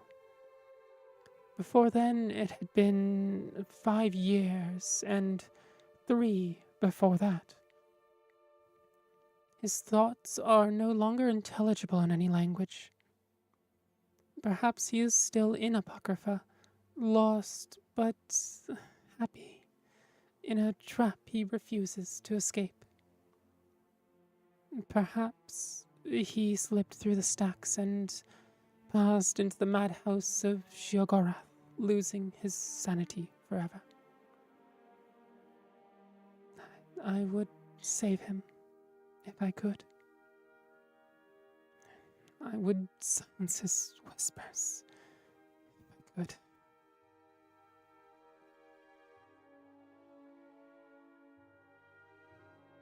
And that was the doors of oblivion.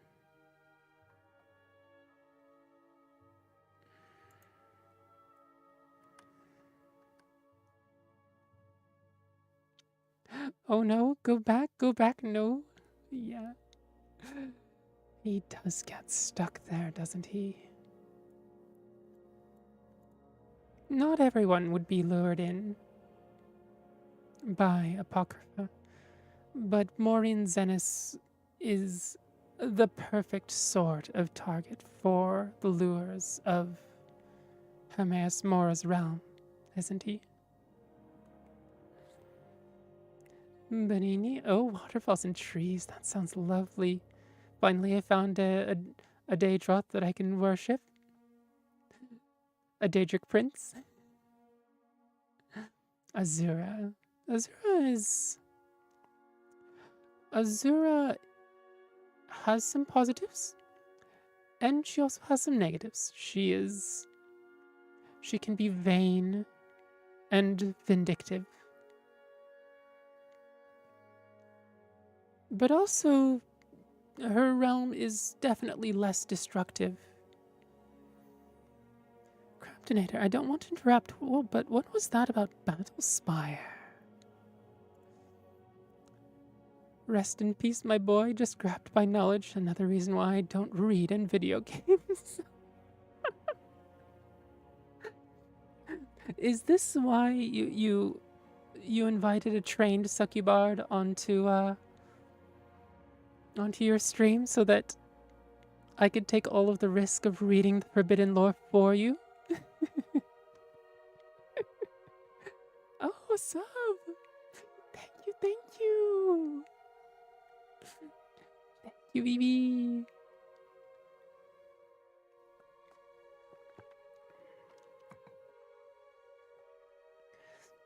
Kryptonator.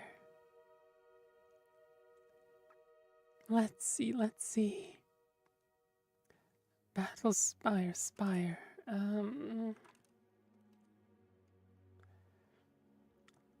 We had hopes of using the ruins of the Battlespire to access Oblivion.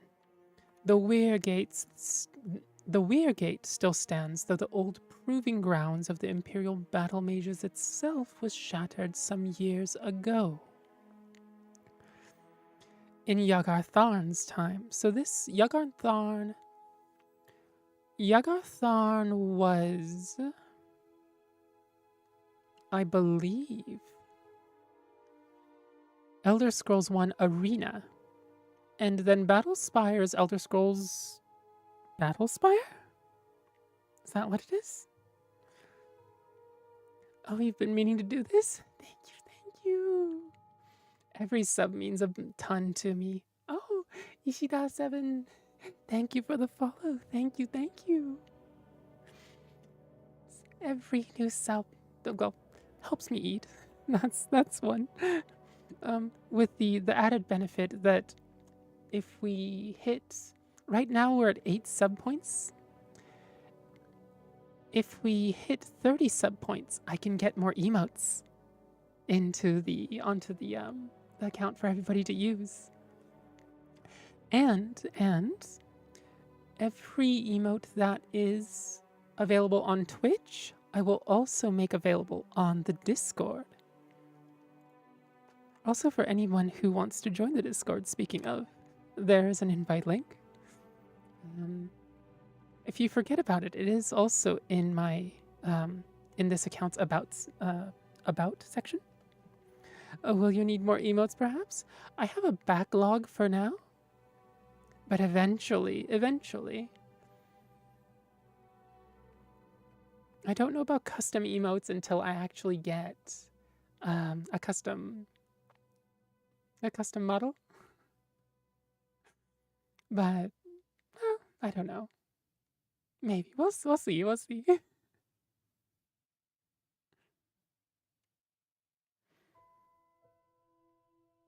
Maybe a little book emote, honestly. I don't know if I've seen a good book emote around or not. Custom model, you say? Well into the future.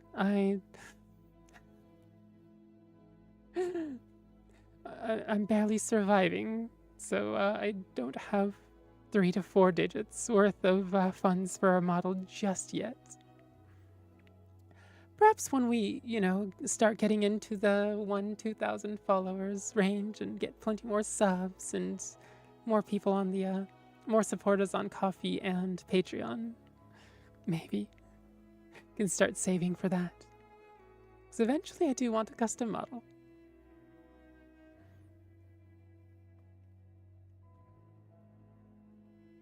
So the book after this is called Secrets Overheard in Apocrypha, which I will read as soon as I get back from a pee break. As it turns out, when you drink a bunch of tea, yeah. I will be back as quick as I can. I'm going to do an ad break in the meantime, just to not waste the time. And, yeah. Anyway, don't go nowheres, but do take care of yourself. Sip, munch, stretch, and be right back in 5-ish.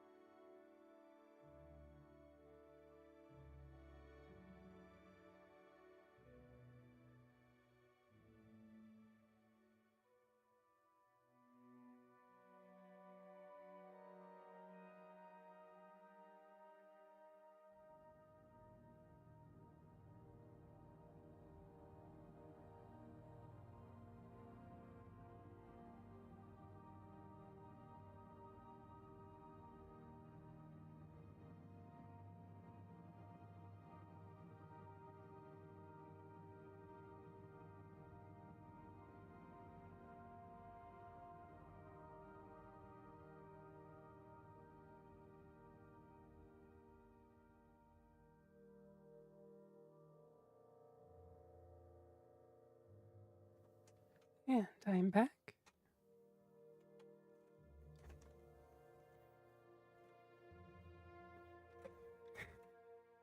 Nini, go piss girl.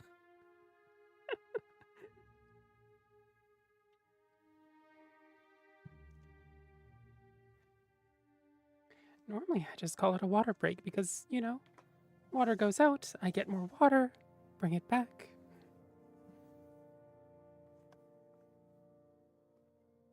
Yes? Come on. If you want pets, you have to be close. You have to actually be within petting range. That is roughly 100% out of my reach, Mew. I have physical limits. I'm not a cat. Ignore the kitty ears for a sec. I am not a cat. It's just the water cycle. Yep. Vivi, that's what I say all the time. I slept like all day today. Ooh, woke up 16 minutes before I'm supposed to be hanging out with a friend of mine. Are you doing another co-stream? Or is it just hanging out today? Speaking of, there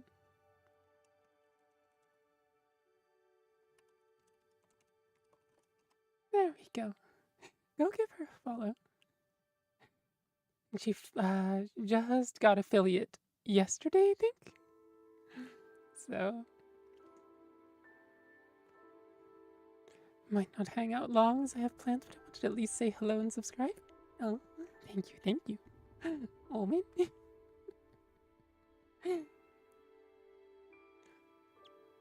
You hit affiliate? Yes, you did. Congratulations on that. I know it was a little touch and go.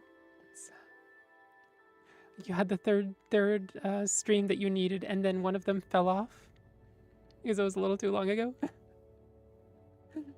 But yesterday, finally, we got there. We got there. Manini, oof, yeah, I've been sleeping a good amount today, but it's just because we have another dog who we were babysitting over here, and he jumped on me and kept waking me up. Oh no. Bunnies! Yay!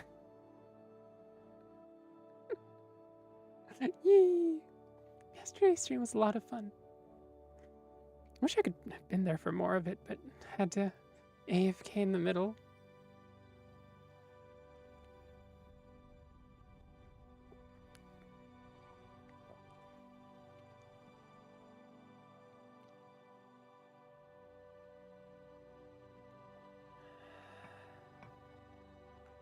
So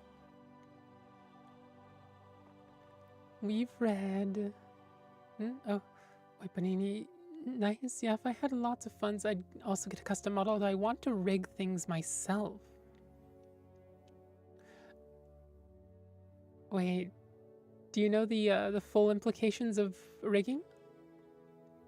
Do you mean the calibrations or the rigging? Because the rigging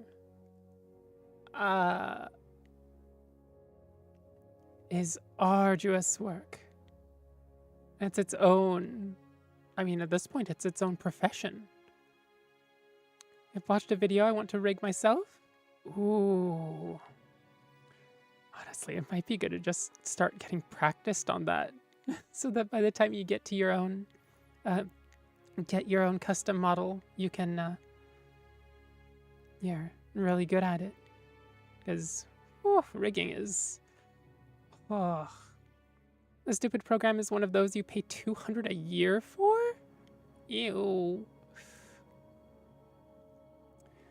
I suppose with the amount the riggers can bring in, it's not horrible, but yeah, for anybody wanting to learn, it's a pain in the butt. Wow. Sorry to hear that. Yeah, that's a lot to drop on something. Especially like just starting out, right? I might sail the high seas, just don't tell anyone. No worries, no worries. Just, fold up the flag when you're not using it.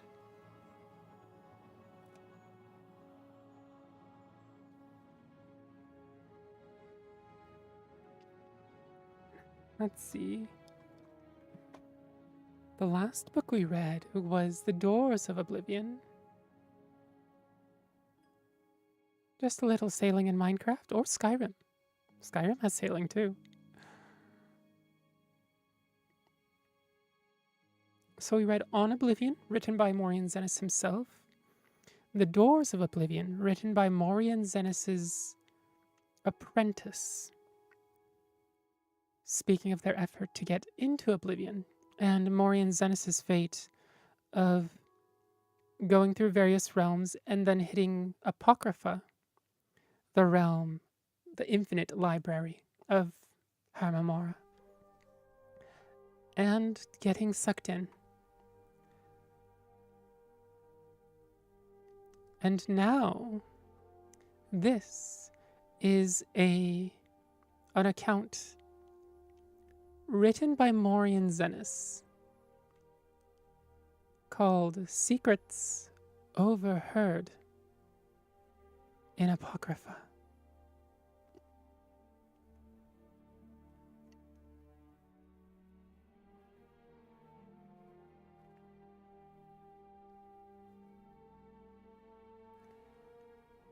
Secrets Overheard in Apocrypha by Morian Zennis. The Seekers pretend that they cannot talk, but they can, for I have heard them. They can both understand speech and utter it, though they do so with a hissing lisp. I shall tell you how I know. As is so often the case since I came to Apocrypha, I was cowering behind a stack of books, hiding from the baleful attentions of a towering gillman, whose notice I had inadvertently caught.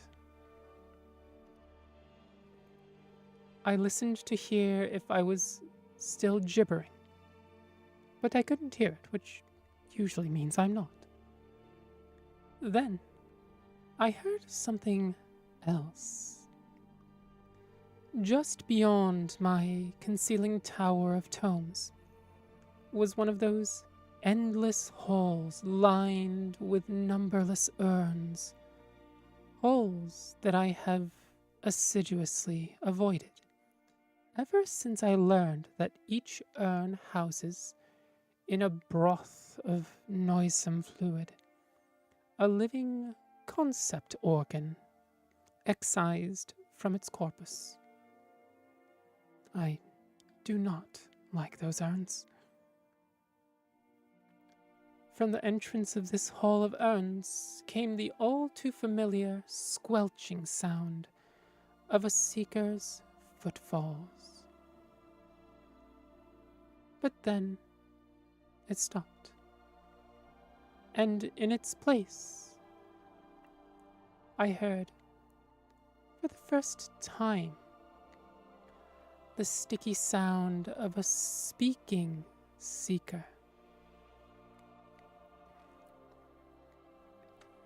I know a thing, the seeker lisped as a frisson of horror danced down my spine. Is it a thing worth knowing? Came the hollow, sourceless voice of the organ in the hithermost urn.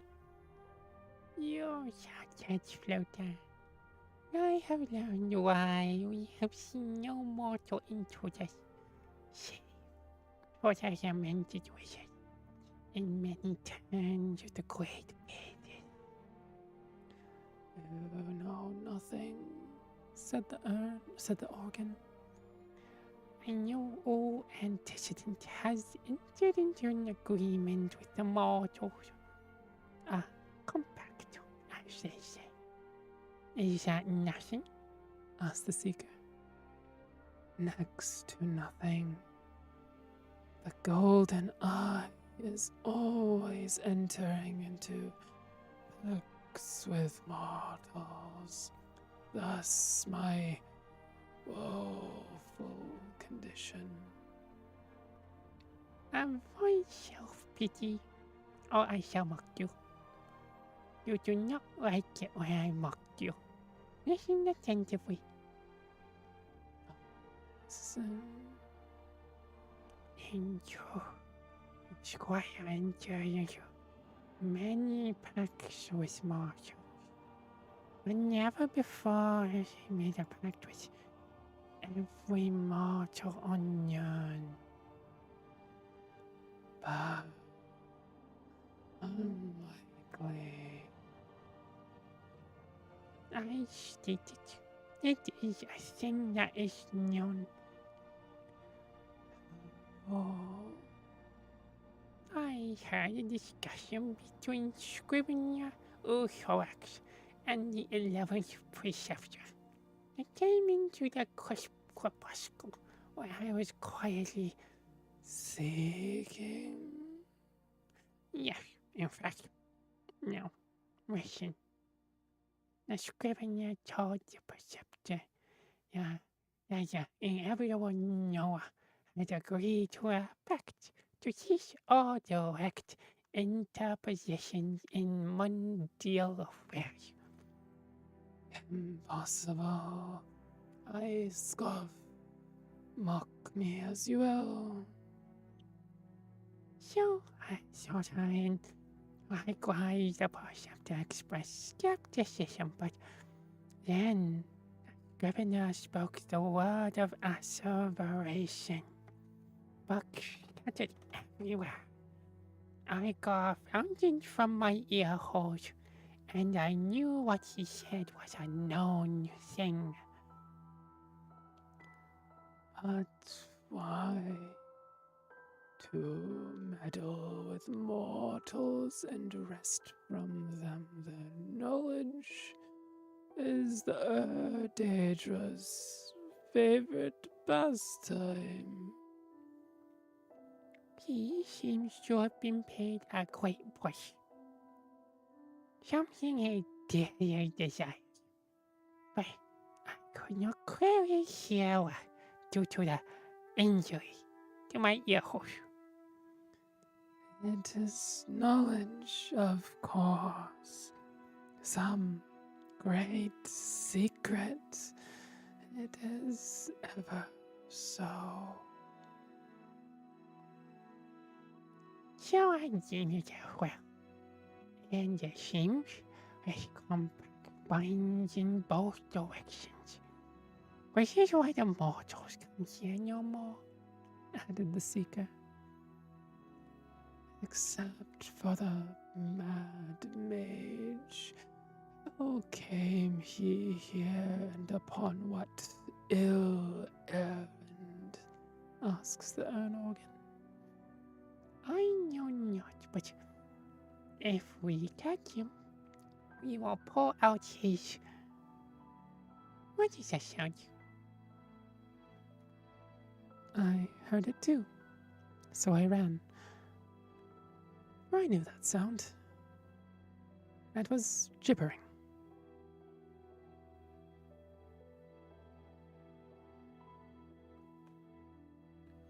And that was Secrets Overheard in Apocrypha by Maureen Zenis.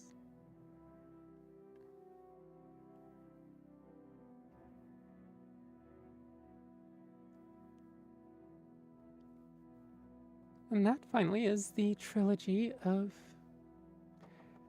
books written by and or about Maureen Zenis. Night, Vivi. Enjoy your time with your friend. Take care.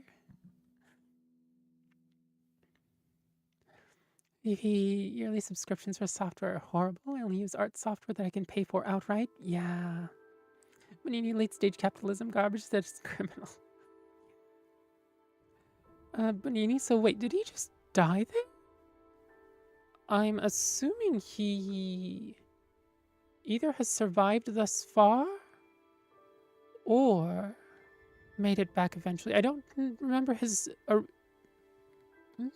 his eventual fate. Pardon.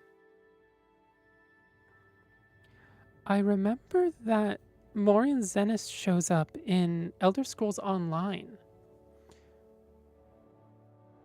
which is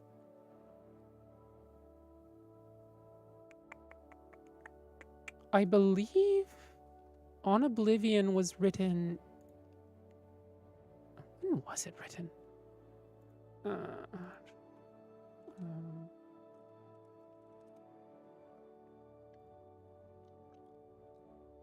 this was in the time of Daggerfall. Okay, so that does make sense. The book exists in Daggerfall. Let's see.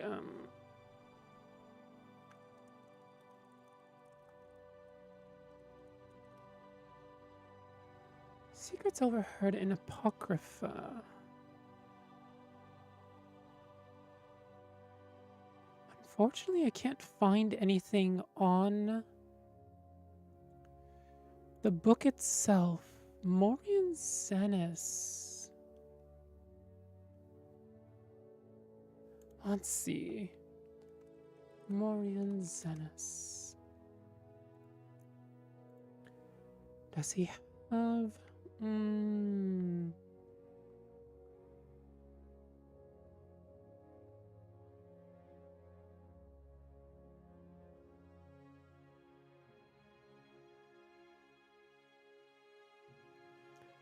Herm. Interesting. So, from what we've seen, he escaped at least the menagerie of Hermaeus Mora. Oh, Hermaeus Mora's menagerie of the Feral Gallery.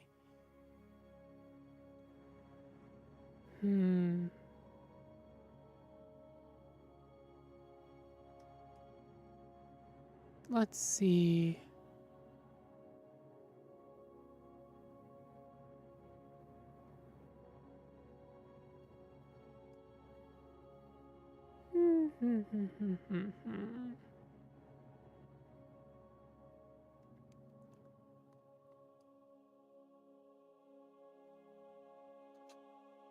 Oh.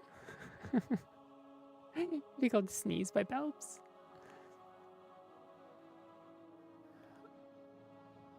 I don't know if he ever makes it back to Nern.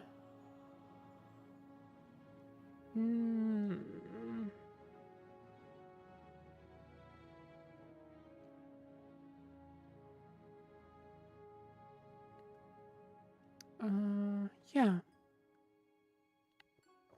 I'm not sure. Cramptonator, thank you. Of course. That's a fun little trilogy. Rarely do we have books that are like that. They're either like multiple volumes, 3 to 7 volumes of a single book, single story, or they're just single books that don't really have solid ties to anything else. This is one of the few where I can look at it and go, oh, we can read this as a trilogy. This is very much a set of books that aren't explicitly a trilogy, but very much act as one. Oh, sip, stretch, and munch. Thank you, Victoria. There's a sip.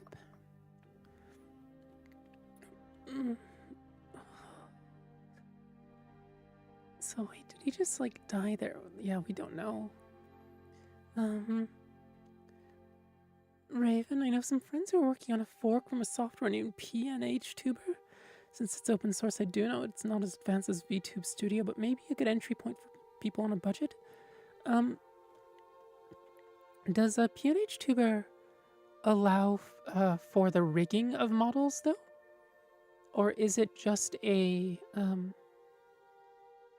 like a rendering software for an animating software? Well, not the sort of software where you can put the model in and then get video out, I suppose, is what I should say. That's Panini, that'd be cool. If it lets you rig it, it'd be really helpful considering there's really only one program that's good at rigging at the moment. Just costs a yearly subscription is way too expensive for me to just get and tinker around with. Yeah. I wonder if he has any crazy knowledge or powers after hanging out there for so long. Either that or like soul and willpower is just sucked out. So it seems he did survive an exposure to a known thing. So the seeker there was talking about the known thing and how like ichor exploded out of its ears when exposed to a known thing. And so for a mortal to survive an exposure to a known thing is probably fairly remarkable.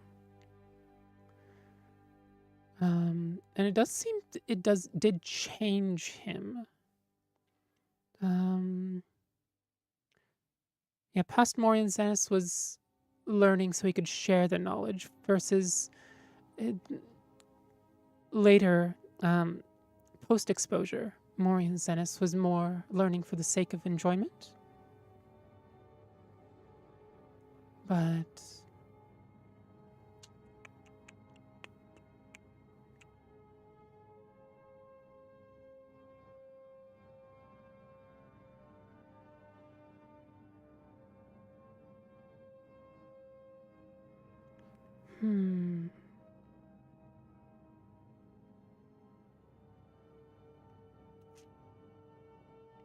interesting.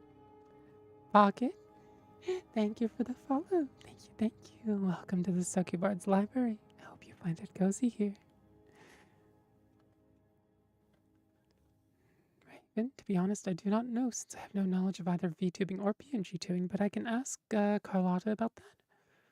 Yeah, that would be nice. Carlotta. Wait, Charlotte or Carlotta? I seem to know somebody by that name, but I don't remember whether they're in Rain's Discord or not. But also I'd be interested as well. Going from proprietary software to more open source software is always nice.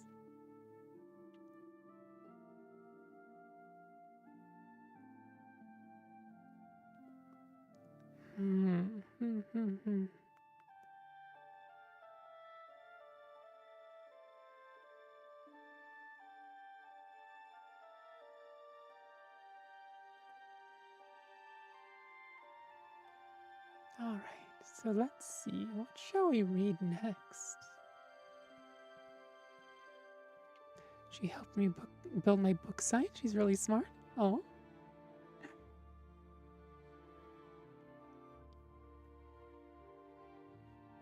We have a lot of tech people in our circles. Like a whole ton. Honestly, it feels like half the people I know either work in tech or tinker heavily in tech.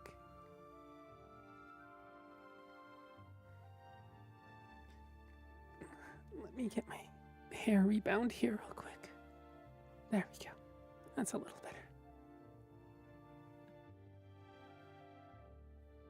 I think it's Charlotte. Yeah, could be, but also Carlotta is a pronunciation that I've heard as well, which is why I'm wondering.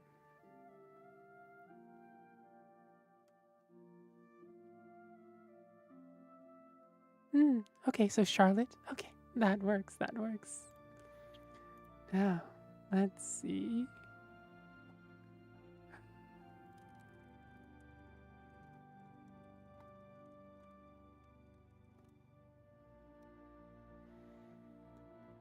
What shall we read next? There's the Amulet of Kings and a Short Life of Uriel Septim the 7th. We could read about the Dark Brotherhood.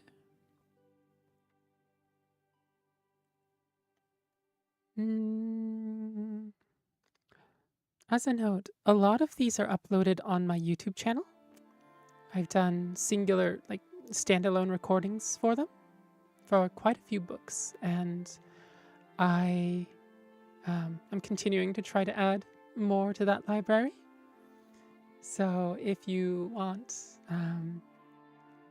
nap time reading, the YouTube channel would be the way to go, the Succubard's library.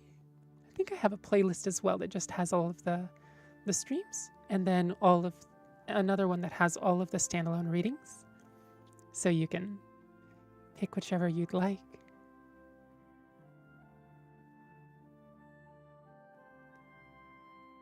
Now, let's see.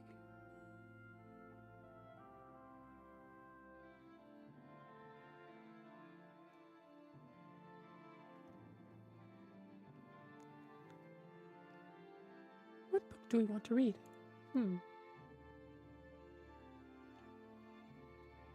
Surah and the Box.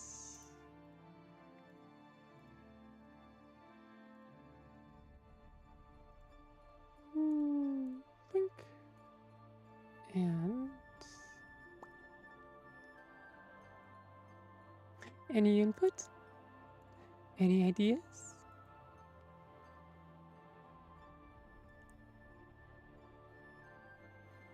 Any books on like food? I believe we have a book, Khajiit book on food. Oh, where is it? Where is it?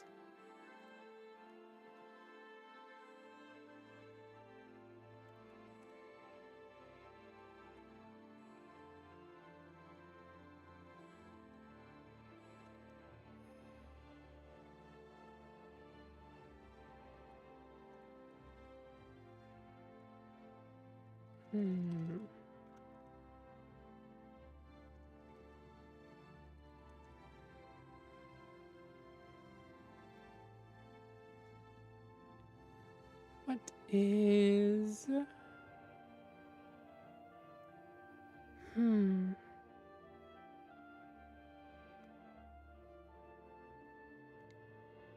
Ah, so this is Elder Scrolls Online.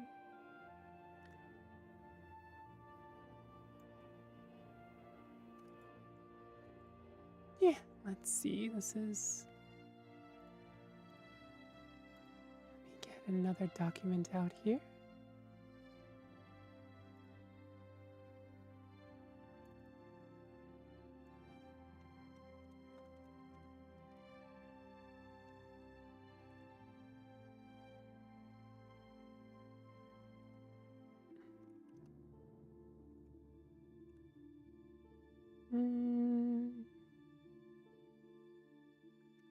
Record the brush.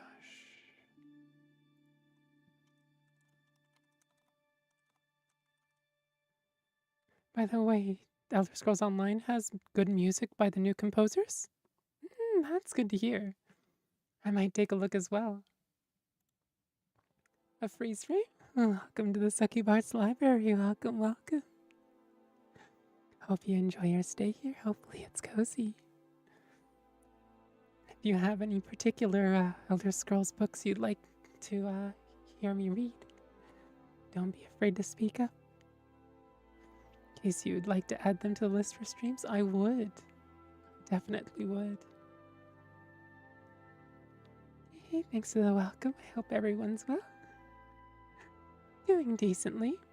It was a little bit iffy earlier in the day, but now it's, well, I rarely feel bad during a stream, let's put it that way. The only time I felt actually bad during a stream was when I was trying to stream through a migraine. It didn't go well, just as a note.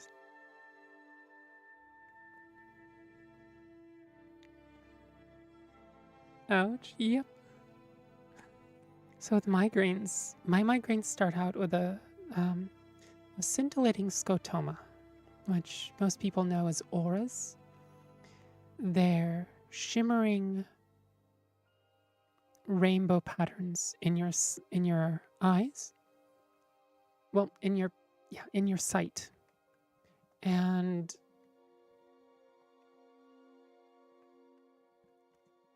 if memory serves, you see them even if you close your eyes, because they're in more the brain part, not the actual, like, visual apparatus that we have. For me, it starts off with like a little blind spot, and then eventually a little shimmering, scintillating scotoma starts developing, and it starts shaping itself into this zigzag. You know, star forts? Um, the French architect Vauban built these, you know, elaborate star-shaped forts. And that's what it looks like, but a rainbow instead. And the fort part itself, that central part, becomes a blind spot. And then once that's fully developed and then goes away, then I'm left with the rest of the migraine, right? And unfortunately, light sensitivity, really other forms of sensory sensitivity. I tried, I was like, okay, scintillating, I know the scintillating scotoma is going to go away. Without it, I could probably read. I could not read. Unfortunately, the visual, trying to track letters on a screen that's emitting light is very difficult. Trying to get my mind around sentences to figure out where the emphasis is, how to speed up and slow down, where to pause, all of that, and what the meaning of that sentence is. Getting my head around that with a migraine, it turns out, is fairly difficult. So, freeze frame, I can barely function with my migraines, so I know how you feel. I hope you don't get them very often. Oh yeah, the funny worm guys who show up. It's not. So normally there's the little worms in your vision. It's not that. Usually it's more, it's much larger.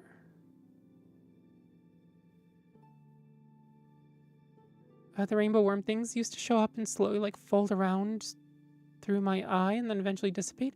How long does that go? 'Cause usually scintillating scotomas are like a, not measured in seconds, usually measured in minutes, perhaps hours. No, not the little things. It was super dramatic and made me almost like blind. Okay, yeah, then we are talking about the same thing. Yeah. The first time you experience it, it can be really alarming because there is a measure of blindness, right? Part of your vision actually goes completely non-functional. Hour or so, yeah. And the first time I was like, am I going blind? And then it went back to normal. And then I started getting really headachy symptoms and some other sensitivities I didn't realize at the time. Eventually figured out that that's a symptom of migraines, so it turns out that people with estrogen dominant bodies just tend to get more of them. And so, yeah, it's really started getting migraines about 3 years ago. Before that, I only really got tension headaches, which are horrible in their own way, since mine is like at the base of the skull, the neck. Feels like my neck is trying to pull my brain out through the back of my head, but it's completely different from a migraine, which feels less sharp headache, and more pressure, more broad pressure, and just ick. Wait, so my migraines will get worse when I start taking E? It could. It depends on the person. Also, things like progesterone may help or hurt. So yeah, I would recommend not worrying about it too much. If you start getting them, a super frequent amount, then start asking your doctor about what you can do about them.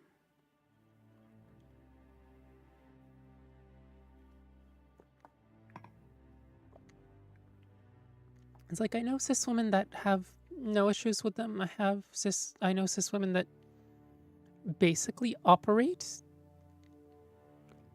with a constant level of migraine, which is honestly amazing. But yeah, happening. All those things used to happen, but actually went away once I got on estrogen. But the way you describe them sounds awful. I'm really glad they did. So yeah, they can be pretty bad, especially. I mean, you know, my work is sensory, right? I'm a succubard, so I need to. Yeah, there we go. Succubard, not cat girl. Okay. Human body is weird. It really is. Luckily, I don't get them too much, and the more I'm taking care of myself, or the more I'm able to take care of myself, depending on the day, the less I have to worry about migraines. Although, speaking of eyes and sight, let's take about 20 seconds here just to look maybe 20 meters away. Just let your eyes rest. Maybe focus on various things in between as well. And sorry for my model glitching out. It's trying. It's not the best tracking in the world. As the angle gets steeper, it gets the tracking is oh boy.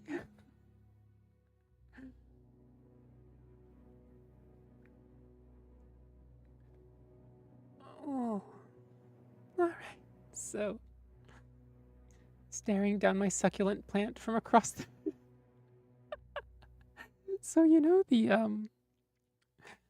the meme that was like, oh my god, it's like close but unrelated thing. It's like not what I'm called. Um, for me it would be a succulent. It's like not the worst name I've been called before, but not quite. To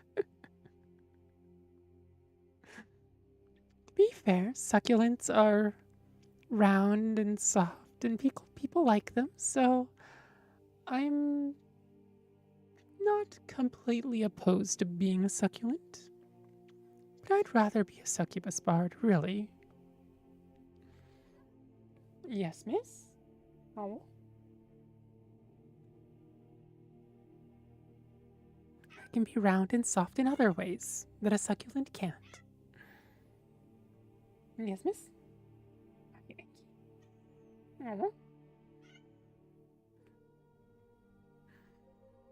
Oh. Freeze frame, they're the only plants I can take care of. Everything else I touch dies. And that's fair. I'm in a similar boat, probably. Mostly ADHD. Just taking care of plants on a consistent schedule is. They're not like cats. They will not poke me when they need food.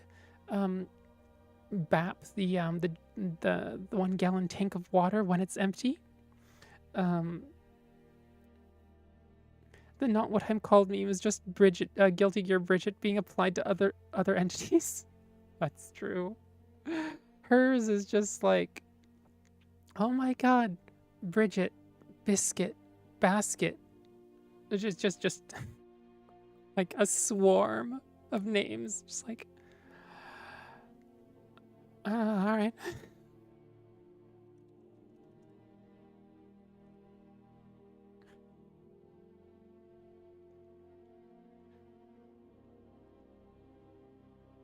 As a budget main, I approve this comparison.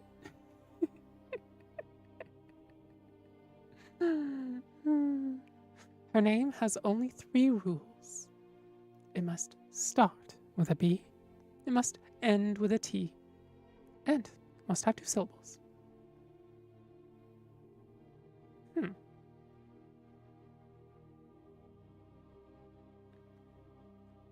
Ballet?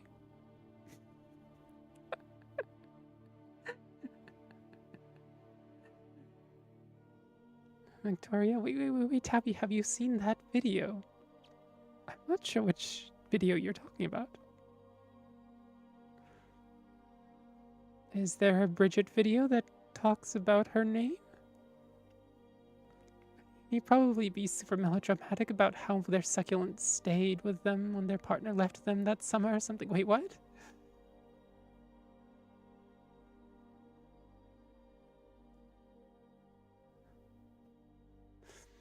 Oh, Benini staring down my succulent from across the room. Sounds like a banger band name for some bedroom indie pop. Right, and they'd have one good song and never release anything again.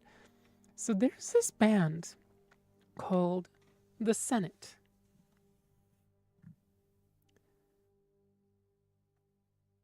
And they were a band out of Bellingham, Washington, US. And they have one banger album,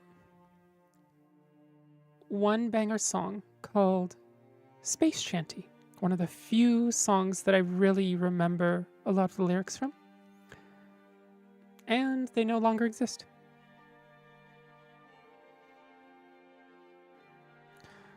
So yeah, Space Shanty by The Senate. Yeah, it's horrible. That's a rip. Yeah, those things where it's just like, oh, can we have nothing good in the world? I mean, there's a lot of good in this world, but, you know. Oh, this thermos is so nice. So warm. Like, the tea is hot enough that only 10 seconds after pouring it, the mug is starting to get, the affected part of the mug is starting to get too warm for me to just hold the bottom. Like, I actually have to hold the rim or the handle.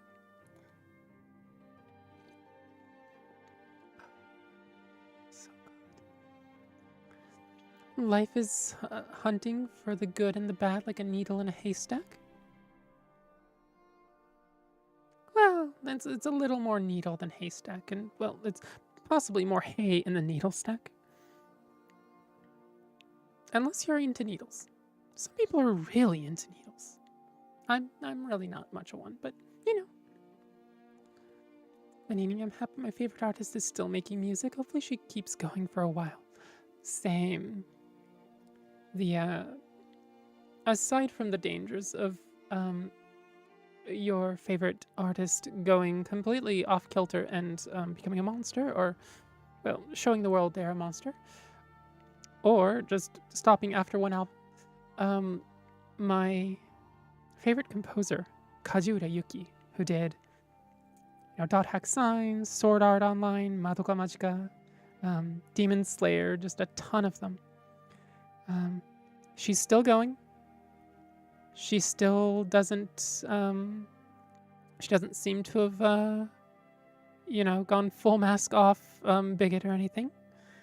So I'm really, really thankful. I've had other artists that I adore that,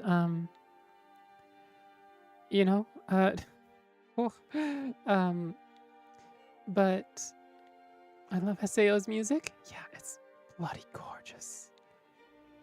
She's done so many good soundtracks. The Princess Principal soundtrack is another one of her works. One of the few times that I think she's done jazz. And God, it's so damn good. But it's hard to use any of her music for stream because it's so... It's not game background music, it's anime background music, which has this often too melodic, often too...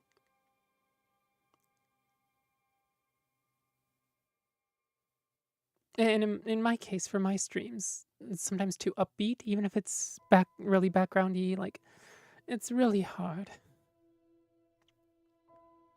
The opening is a banger. Recognize that a lot. She's done, God, so much music.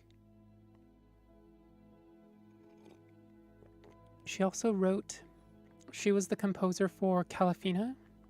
Also, her She also publishes music under the name Fiction Junction. And does like live concerts every year with various musicians. And the cool thing about her live performances is that she always has at least 4 singers that are singing different parts. Not, a whole group of people that are all singing the melody together, right? Like, I don't know, actual proper vocal. It's like listening to a choir, or I suppose it'd be like a string quartet, right? Where each instrument, each musical line is different and has its place, and isn't just, oh, the melody is playing, or the melody singer is singing most of the time, and every once in a while a little bit of harmony comes in, right? Like that. No. There is a backing band. She's always on the piano, but she also always has 4 wonderful, wonderful singers, by the way. Japanese singers, because our language it can be spoken with the front of the mouth without too much support, without too much voicing, right? The vowel voicing. A lot of Japanese singers have trouble doing proper breath support and really getting a resonant sound. And for some reason, she has basically completely avoided that pitfall. She just seems to know a lot of really, really good musicians. Manini, cherished artist Pipeline is a shockingly common. Always reminds me that even the best artists can be horrible people, so I try not to get invested in artists' personal lives. Yeah. Which is ironic, because ironic for me, I mean, because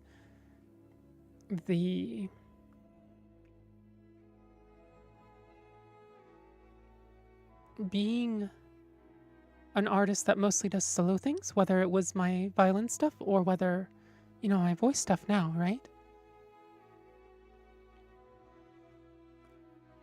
And part of that is being me. Part of my art is just me as a person.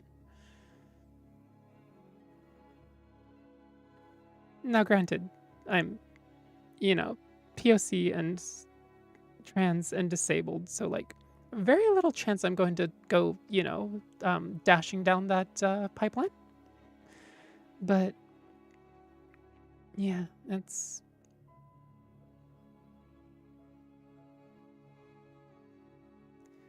getting invested in people has its rewards and also has its risks. Honestly, that pipeline sucks. It really does. It really does. Freeze Frame, Uematsu Nobuo is my favorite composer. His work on Final Fantasy games is generational. Yeah. Oh, the King 04. Welcome. Welcome to the Succubard's Library. Hope you enjoy your stay here. I hope it's cozy. And thank you for the follow.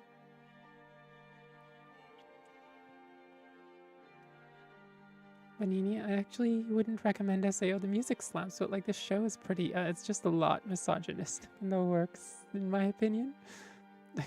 Freeze frame you, so trust me, I know SAO is mega slop for the first season. Now, Sword Art Online Abridged, on the other hand, it is hands down the single greatest abridged series I have ever seen. It's not just, oh, let's cut the show down and just make funny jokes. No.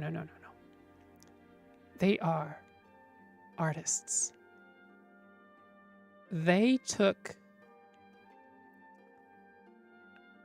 what was ostensibly a shit sandwich and somehow made a real, actually good series out of it. And there's, even with the visuals, they do these little changes here and there that really elevate the series. And it's hard to explain, but watch it. It's a good series. SAO Abridged is the polar opposite of SAO. Victoria, wait, no, I read that as Mega Slop, not Mega Slop. It's trashy, but not in a fun way. Freeze frame SAO Bridge is fantastically written. Yeah. It's actually written. Like, they actually went and looked at it and, thought, what can we actually do with this? What story can we actually get out of this? It's much less an abridged series and more a rewrite in the style of abridged series. Manini, Tavi, if you started falling into fascism, if you started slipping into fascism, I would personally hunt you down to slap some sense into you. No more white man video essays.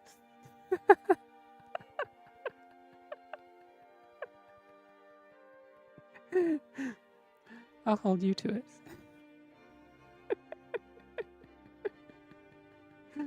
I'm sure I'd have some other people, poking me as well if I ever did that.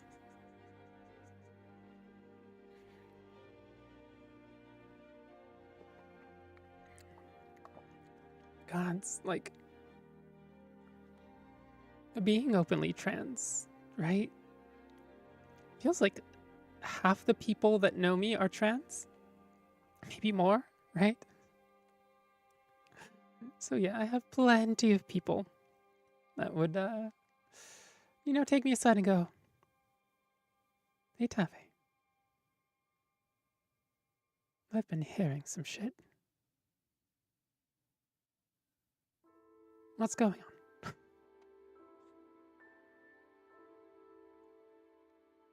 Raven, I'm openly boring? Wait, what?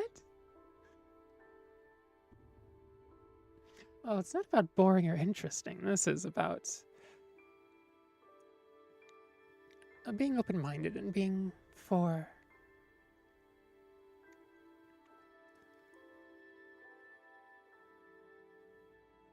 Actually, let's go back to Granny Weatherwax. It's about treating people as people, not as things. Oh, openly trans or openly boring.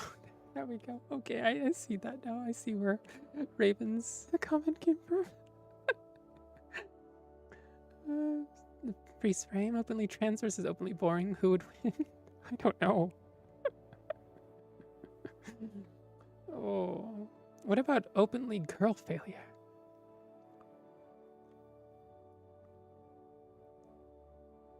I don't know if I could ever do girl failure. I mean, look, I'm disaster bi, right? And a disaster. But I don't know about girl failure. If I actually had the energy, I could cook. I know generally how to clean. I know generally about things. I'm not completely ignorant on most topics. I think I'm just knowledgeable enough in most topics to not totally shove, like, a whole foot down my throat. So yeah. Panini, I'm girl winner. I refuse to lose.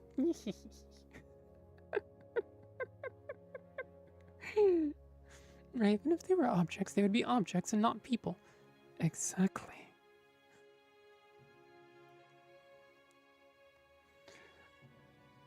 So back a little ways.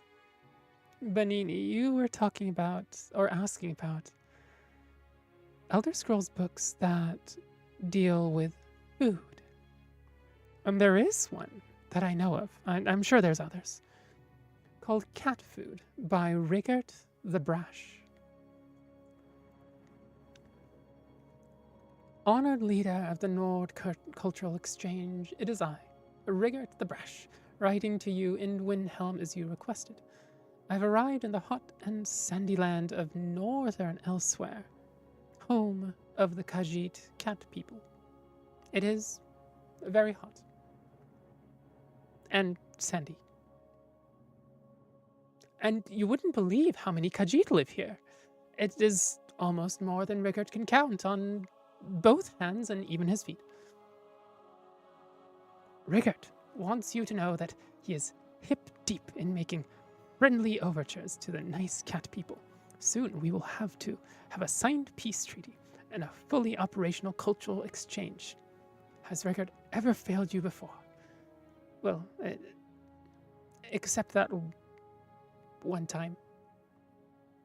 And the other one. But I digest. And speaking of digesting, let me tell you about all the amazing food Rigert has consumed here in the land of Anequina. That's what the cat people call Northern Elsewhere. First, let me tell you about the cat food. Much of it is sweet, but it is also quite delicious. Goes well with meat, too. 3 particular dishes stood out for Rigert. I even acquired the recipes so I can cook them for you when I return to Windhelm. We will have a feast fit for a Scald King. Do you think you would like to join us?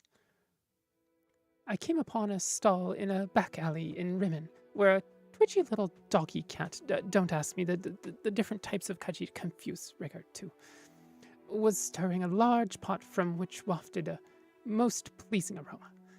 It reminded me of Thane Jegi's drinking hole, a combination of the pungent smell of fish and the sweet smell of spilled mead.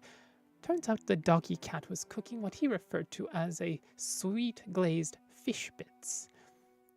I didn't know that fishes had bits, but when tossed with moon sugar and stir-fried to a crispy crunch, they make for a nice afternoon snack. Rigert ate 4 servings. In the town of Riverhold, Rigert entered the Inn of Banished Regrets, as I have many, many regrets that need banishing. Immediately, Rigert noticed that all the cat people were not only drinking, they were eating crunchy little nuggets by the handful. Rigert's mouth gushes with saliva just writing down these words. Who knew you could turn smelly, scaly lizards into delicious, crunchy lizard kibble?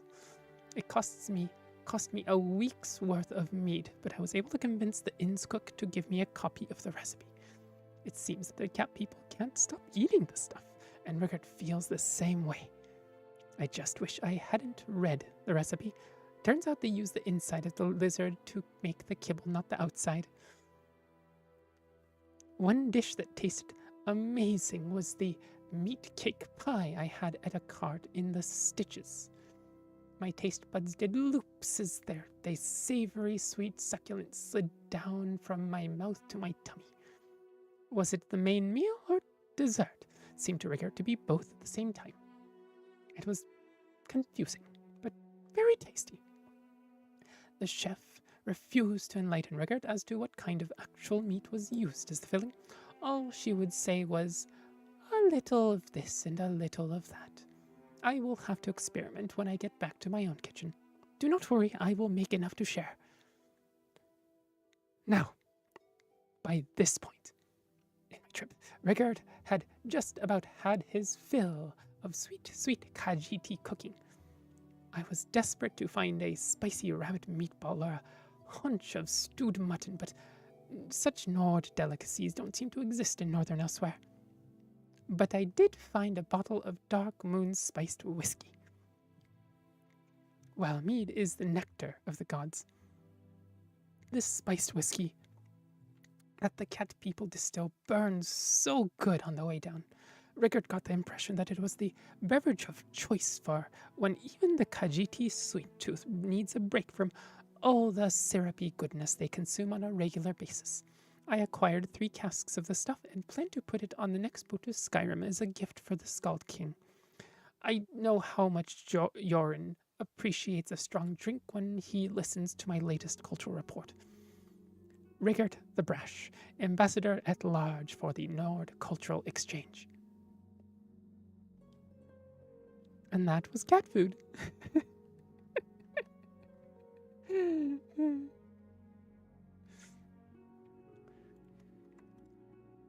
It's a fun little story.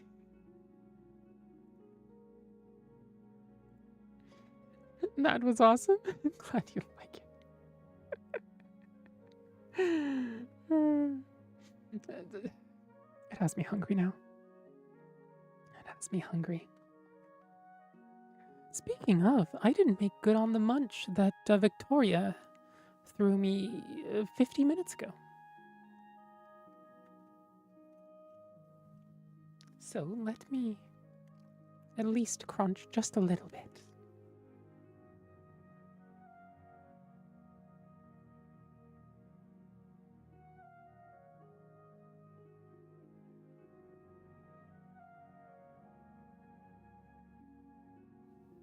Race frame, I need to sleep, but me and my tacos say goodnight. Thanks for the chat, Octavia. Nice to meet you.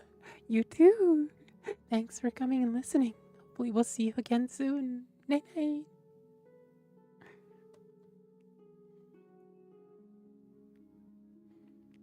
Let me crunch, and then we can keep going.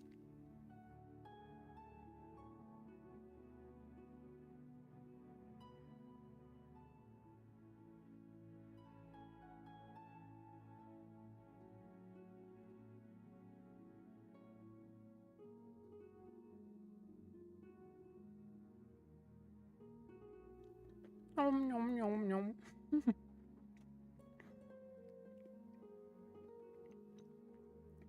See, I made good on your points redeemed, Victoria, even though it's 50 minutes late.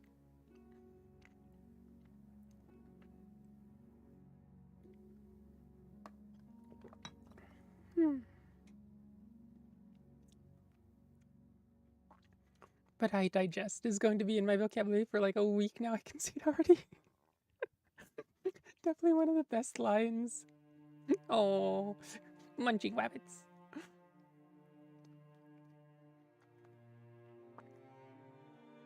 Victoria, it's worse for me because I am actually able to do stuff. I just lack enough happy brain juices. Same. I still haven't gotten the antidepressants. Which are supposed to be in my hands weeks ago. I have other meds that help with other things, with other happy brain juices. But I feel that. Wait. That's, hello. Welcome. Well, that is, wow. Welcome to my little library. My name's Octavia Konamore. I'm a succubard. Basically, I'm a succubus who figured out that there are less strenuous ways to get people to give you their energy. So I read people to sleep now. And giving loons hello readers. You for the raid, Hannah. Let's see. It's not much, but it's all I can do for the time being. What were you up to? Don't fall for her lies? She's just a dork? I thought I was a succu nerd. Victoria. Hope you're having a wonderful reading session. Thank you. What were you up to? Oh no, I can't click on the...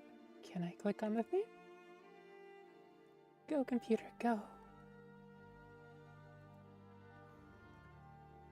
Doing ASMR. Ah.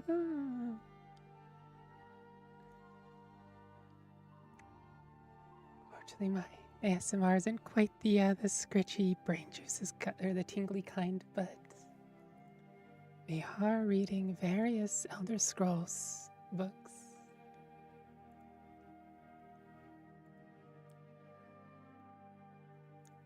We are just reading one about cat food, if you would believe it. And other things about Daedra and... Oh, what else have we read today? Maybe a little about Grandpa Uriel? Manini? Davey has really good ASMR streams that are cozy as fuck. Oh. Thank you, thank you.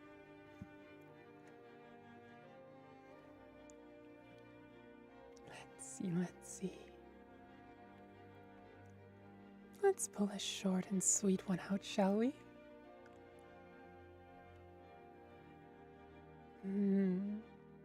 Perhaps the rear guard.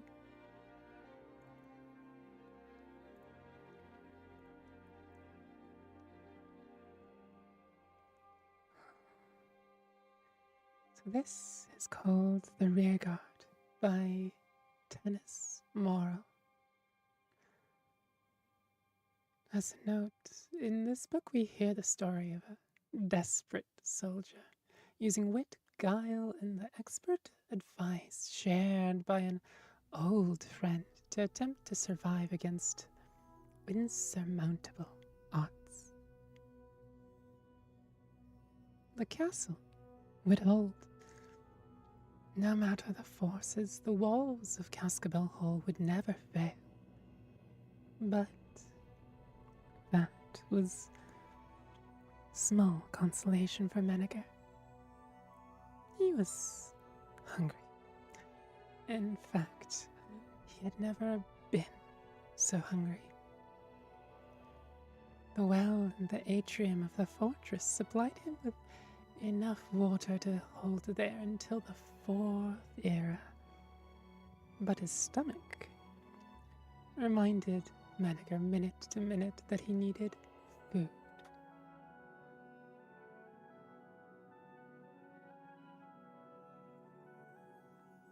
A wagon load of supplies mocked him when his army, the forces of the King of Solitude, had left Cascabel Hall, and he had manned the battlements as the rear guard to protect their retreat. They had left a wagon behind to supply him with enough food for months. Yes, ma'am? Yeah.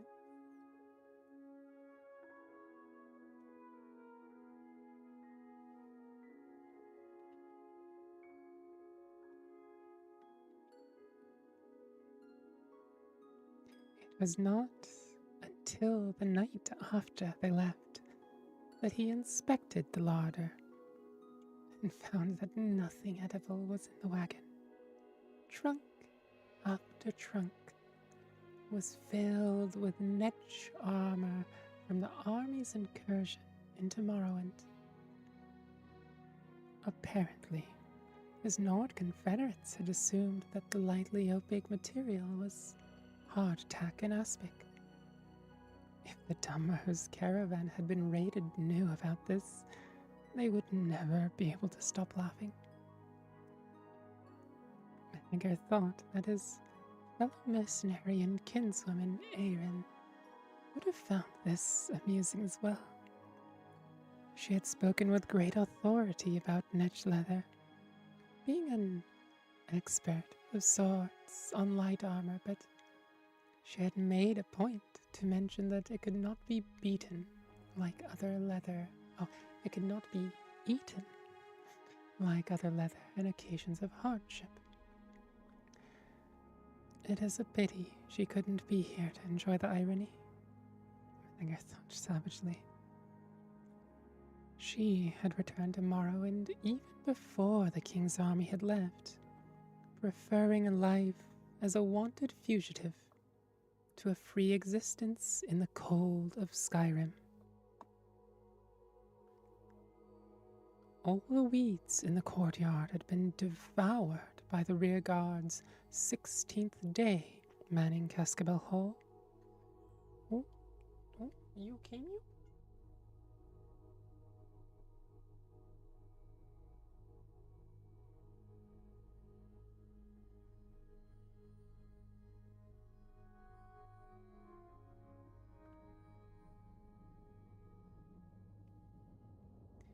The entire castle had been scoured.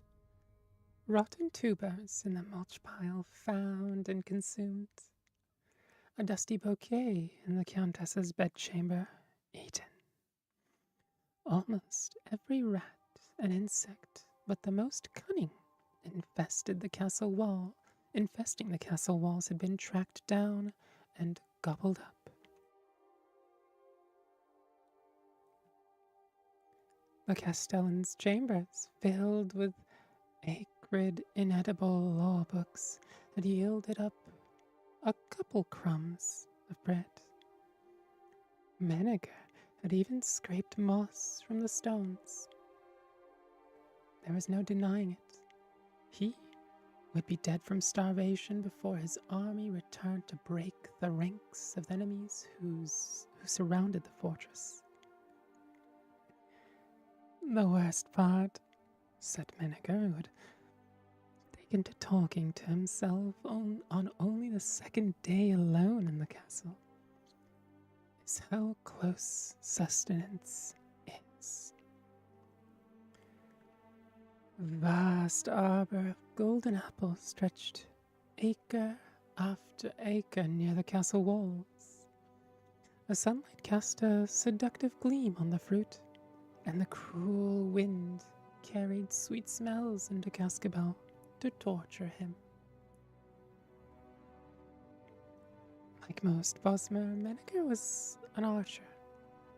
He was a master of long and medium distance fighting, but in close quarters, as he would be if he dared to leave the castle and enter the enemy camp in the arbor, he knew he would not last long.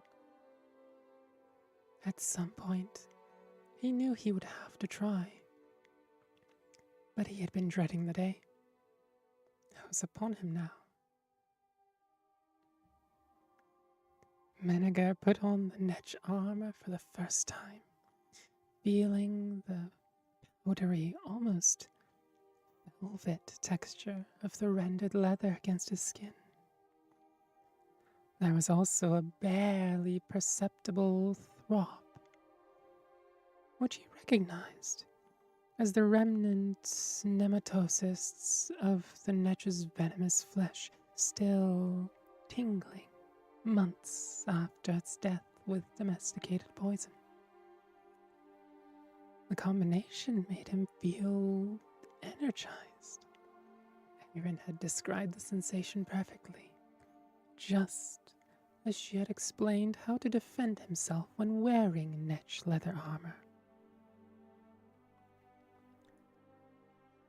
Under cover of night, Menneger crept out of the back gate of the castle, locking it behind him with a rather cumbersome key. He made for the arbor as quietly as he could, but a passing sentry coming behind a tree saw him. Remaining calm, Menneger did as he remembered Erin had instructed. Only move after the attack had been launched. The sentry's blade glided against the armor and knocked to the left, throwing the young man off balance. That was the trick, as he understood it. You had to be prepared to be hit, and merely move away with the blow, allowing the membranous armor to divert the injury away. Use your enemy's momentum against him, as Erin used to say. I'll get around to thanking the follows as soon as I can. I'm done with the book. There are several more close encounters in the arbor, but each swing of an axe and each thrust of a sword found purchase elsewhere. With handfuls of apples, Menneger ran the gauntlet back to the castle. He locked the gate behind him and fell into an orgy of eating. For week after week, the Bosmer stole out to gather his food. The guards began anticipating his raids, but he kept his schedule irregular and always remembered when attacked to wait for the blow, accept it, and then turn. In such a way he lived and survived his lonely vigil in Cascabel Hall. 4 months later, as he was preparing for another seizure of apples, Maniger heard a loud clamor at the front gate. Surveying the group from a safe distance on the battlements, he saw the shields of the King of Solitude, his ally, the Count of Cascabel, and their enemy, the King of Faran. Evidently, a truce had been called. Maniger opened the gates, and the combined armies flooded the courtyard. Many of the knights of Faran sought to shake the hand of the man they had named the Shadow of the Arbor, expressing their admiration at his defensive skills and apologizing good-naturedly for their attempts to slay him. Only doing their job, you know. There's hardly an apple left on the vines, said the King of Solitude. I started on the edges and worked my way in, explained Maniger. I brought back extra fruit to tempt the rats out of the walls so I could have a little meat as well. Oh, yes, mute. We spent the last several months working out the details of the truce, said the king. Really quite exhausting. In any rate, the Count will be taking back possession of this castle now, but there's a small detail we need to work out. You're a mercenary, and as such responsible for your own expenses. If you had been a subject of mine, things might be different, but there are old rules of law that must be respected. Maniger anticipated the strike. The problem is, the king continued, you've taken a good deal of the Count's crops while here. By any reasonable computation, you've eaten an amount equal to and likely exceeding your mercenaries' wages. Obviously, I would not want to penalize you for the excellent job you've done defending the castle in uncomfortable circumstances, but you agree that it's important that we observe the old rules of law, don't you? Of course, replied Maniger, accepting the blow. I'm delighted to hear that, said the king. Our estimation is that you owe the Count of Cascabel 37 imperial gold, which I will gladly pay to myself with interest after the autumntide harvest, said Maniger. There's more left on the vine than you suggest. The Kings of Solitude and Faran and the Count of Cascabel stared at the Bosmer.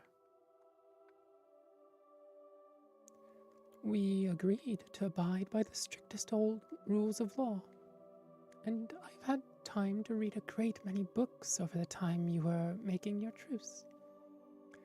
In Third Era 246, during the reign of Uriel IV, the Imperial Council, in an attempt to clear up some questions of property rights in Skyrim during those chaotic days, decreed that any man without a liege who occupied a castle for more than 3 months would be granted the rights and title of that estate. It's a good law, of course, meant to discourage absent and foreign landlords.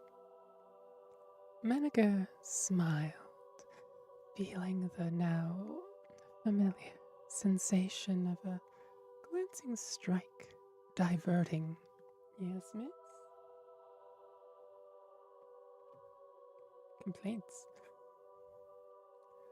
By the rule of law, I am the Count of Cascabel. The rearguard's son still holds the title of Count of Cascabel.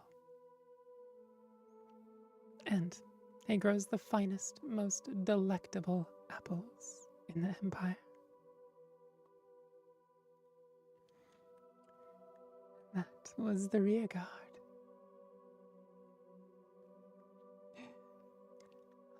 Thank you for the follows. Thank you, thank you. That's a deep intro. Thank you. Sweetie, Lurker level 1.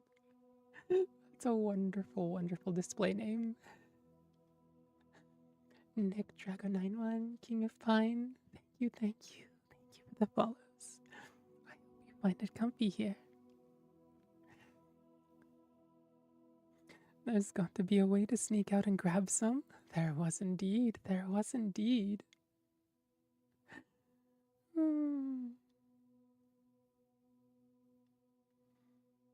Let's see, let's see. Let's make sure I actually have. Good. I have Hannah followed now so that I can check out her ASMRs later. Oh, speaking of which, I need to run ads real quick. Get the pre-rolls to turn off. I won't read anything important in the meantime, don't worry. See you in 3 minutes.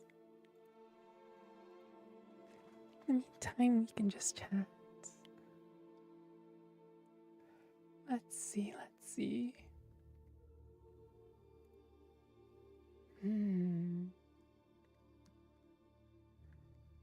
Shall we read next? There's so many that... Shall we read the Argonian Maid, an oral tradition? That's a fairly bite-sized but really fun one. It's only like 4 or 5 minutes long, but it's one of those things that doesn't quite have the smut factor of the Argonian Maid and Argonian Bard books. But it's really fun in a different way to the smut books.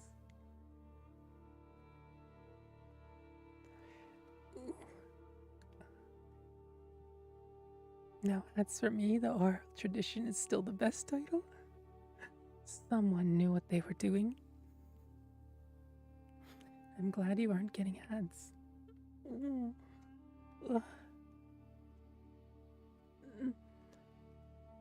Audia, thank you for the follow. Welcome to the Succubard's library. I hope you find it cozy here. Just my voice and the occasional cat noise. Whether it's a sneeze or a complaint of some sort. Or zoomies. Every once in a while we get the zoomies too.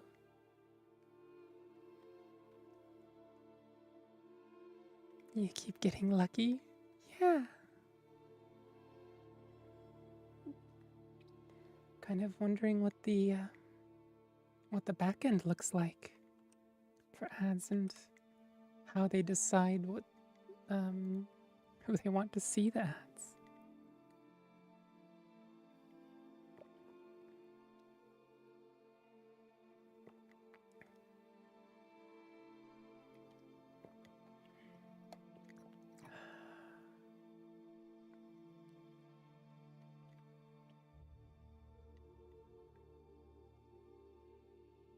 Panini, it's actually kind of criminal that they didn't write more Argonian Maid books for Oblivion Remastered.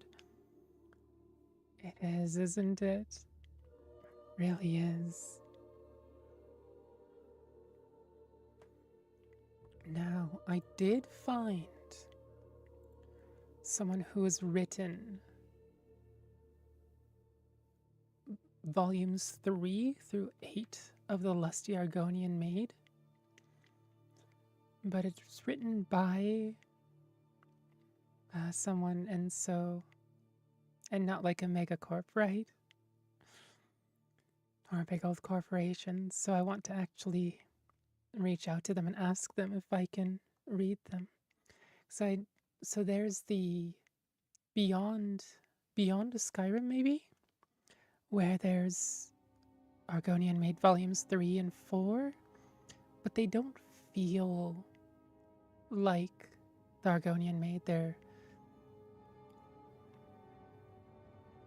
They almost feel more and less heavy-handed. They don't quite hit the mark, or the same mark as the originals. Oh, kitty. Oh dear. Tummy aches, probably.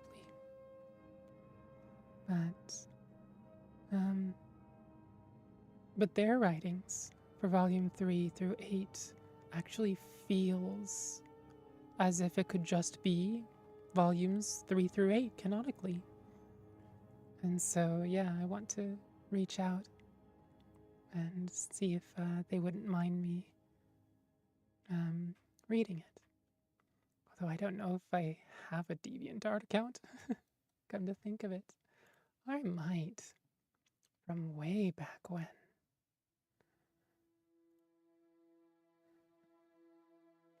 Then again, I don't know if they've touched their account since the mid-2010s.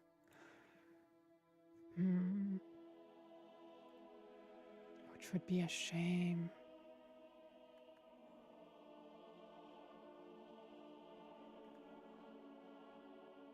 Hopefully you get a response. Yeah. And even if I can't get a response here, if I can find them elsewhere. Not capital E elsewhere, just common noun elsewhere. Be nice. Welcome back, everyone. Let's see, what shall we read next? Oh, we were talking about the Argonian Maid, an oral tradition. By Tellinger the Artificer. So you did some Elder Scrolls research. Yes, I did. I'm trying to find... You all fuck with Family Guy? Not so much.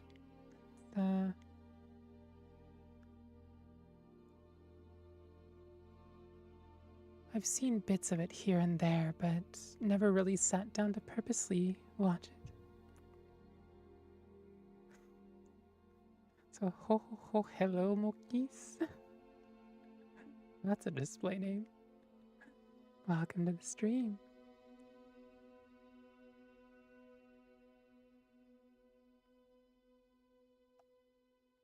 Wait, what?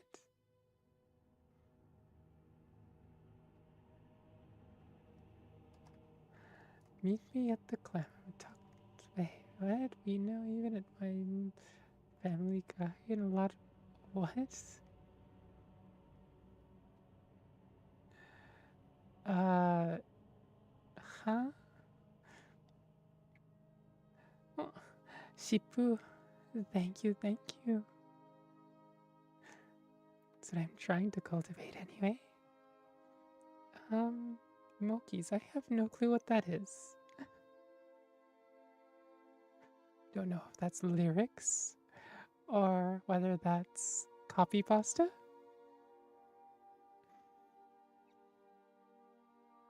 Oh, thank you for the follow, Shippu.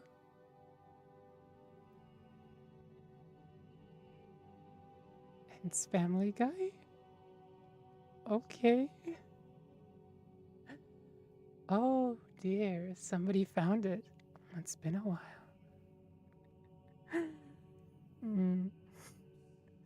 Da-da-da.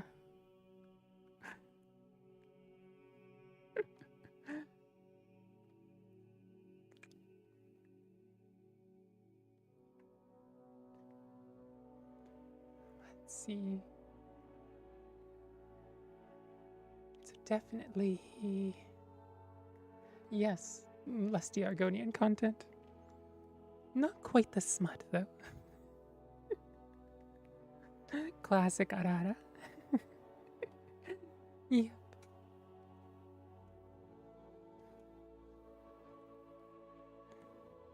Let's see. This is the Argonian Maid, an oral tradition. Udoma Jack, thank you for the follow. Welcome to Succubard's library. Recently, I attended a stage production called The Lusty Argonian Maid. Bawdy, delightful, filled with innuendo.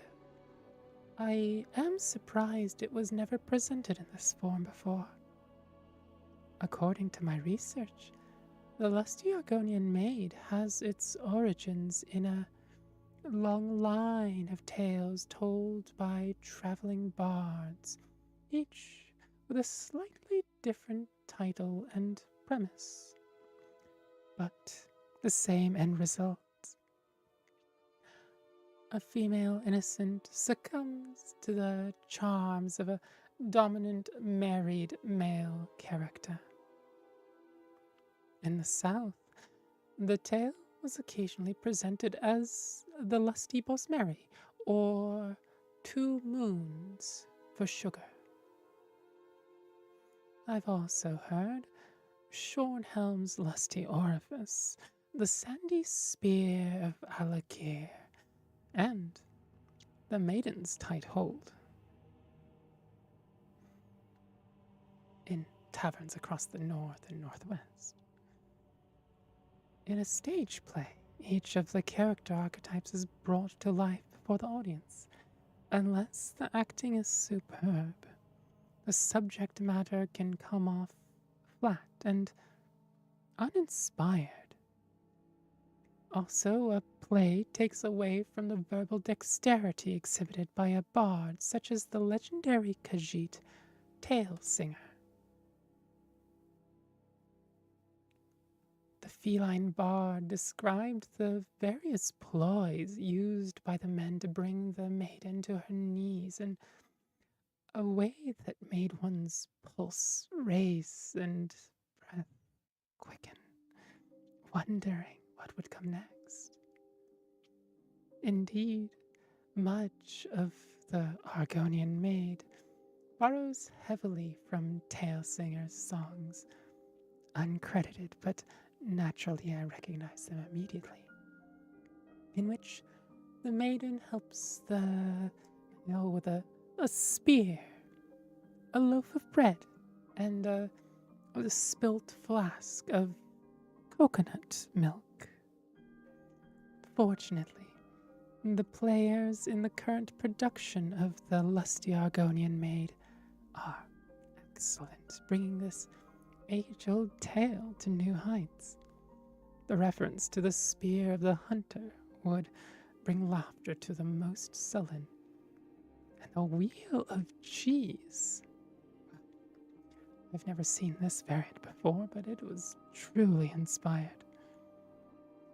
I foresee this play will outlive its humble beginnings as a fireside amusement to become a choice bit of frivolous entertainment for generations to come.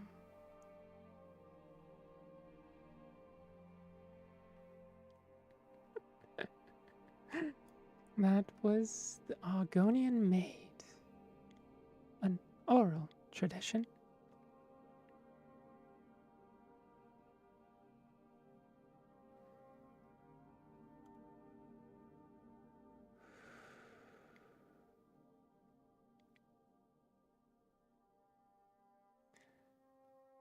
The sandy spear, that sounds brutal.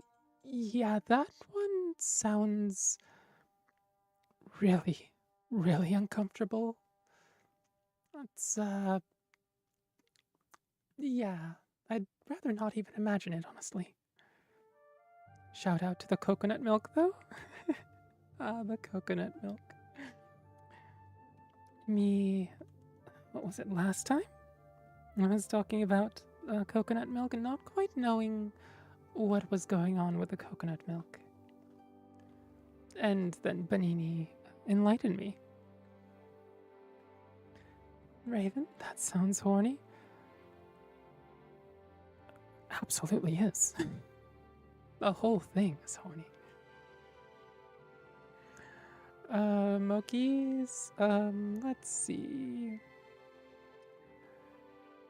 Random copy pasta, say that for me. TS Tough.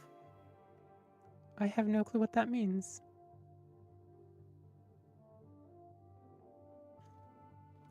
Well, I mean, it is an oral tradition after all. Someone had to tell you.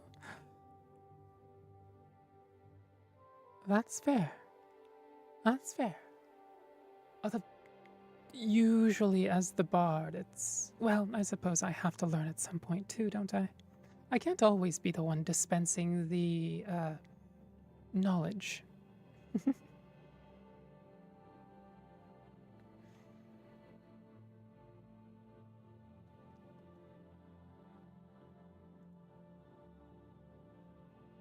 Let's see, let's see.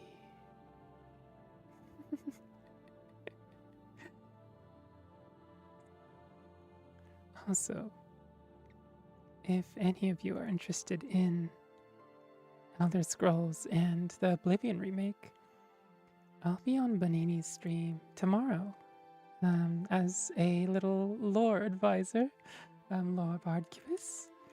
So,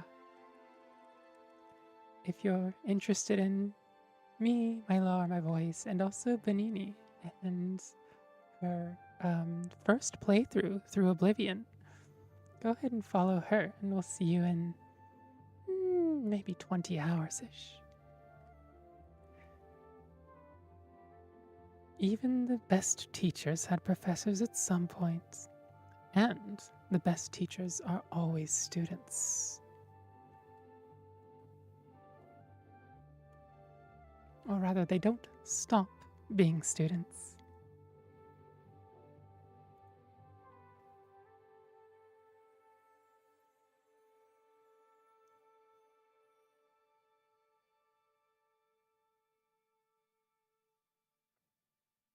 Now, let's see. Oh, I can't wait. I'm holding myself back from playing it in my free time. Oh. I appreciate the effort that takes, because gods, I couldn't. Mr. Apple C90. Thank you for the follow. Thank you, thank you. Welcome to the Succubard's library.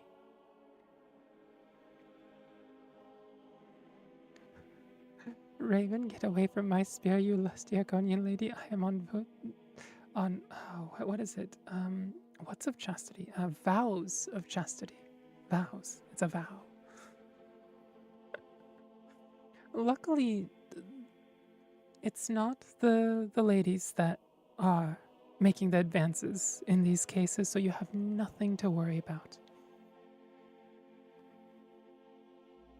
It's usually the guys, like the book said, making advances and doing, what is it called now? What does it say?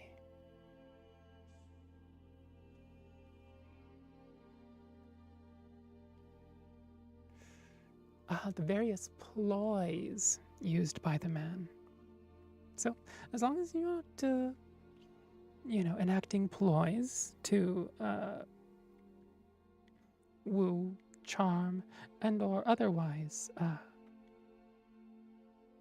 third word here that I had on the tip of my tongue, the Argonian maids, you will be just fine.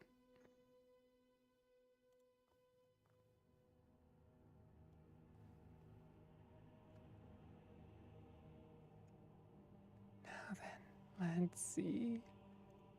Maybe we'll read one or two more, and then we can raid out.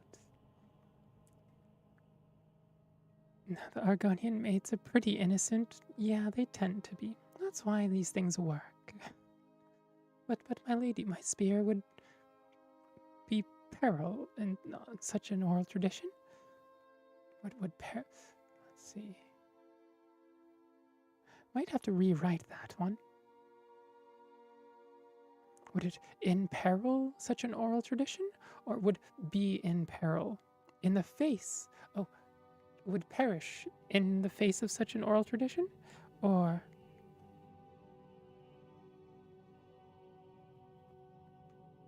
it's almost there, but it's not quite.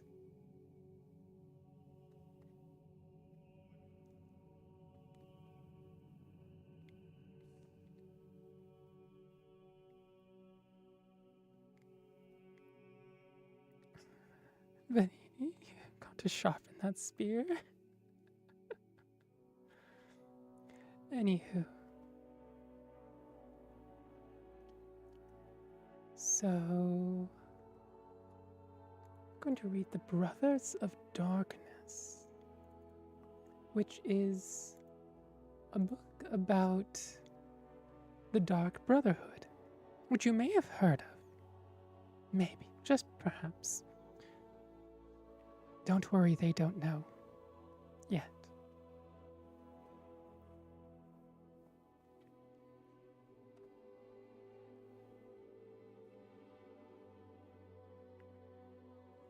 Just because you're married doesn't mean you can't sharpen a spear, Raven.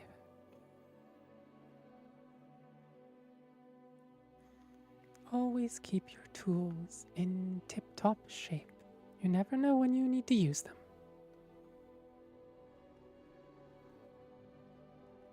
If you don't schedule maintenance for your equipment will schedule your maintenance for you, and then you won't have a choice. Which is not lewd advice, it's just life advice, but I figured it works here.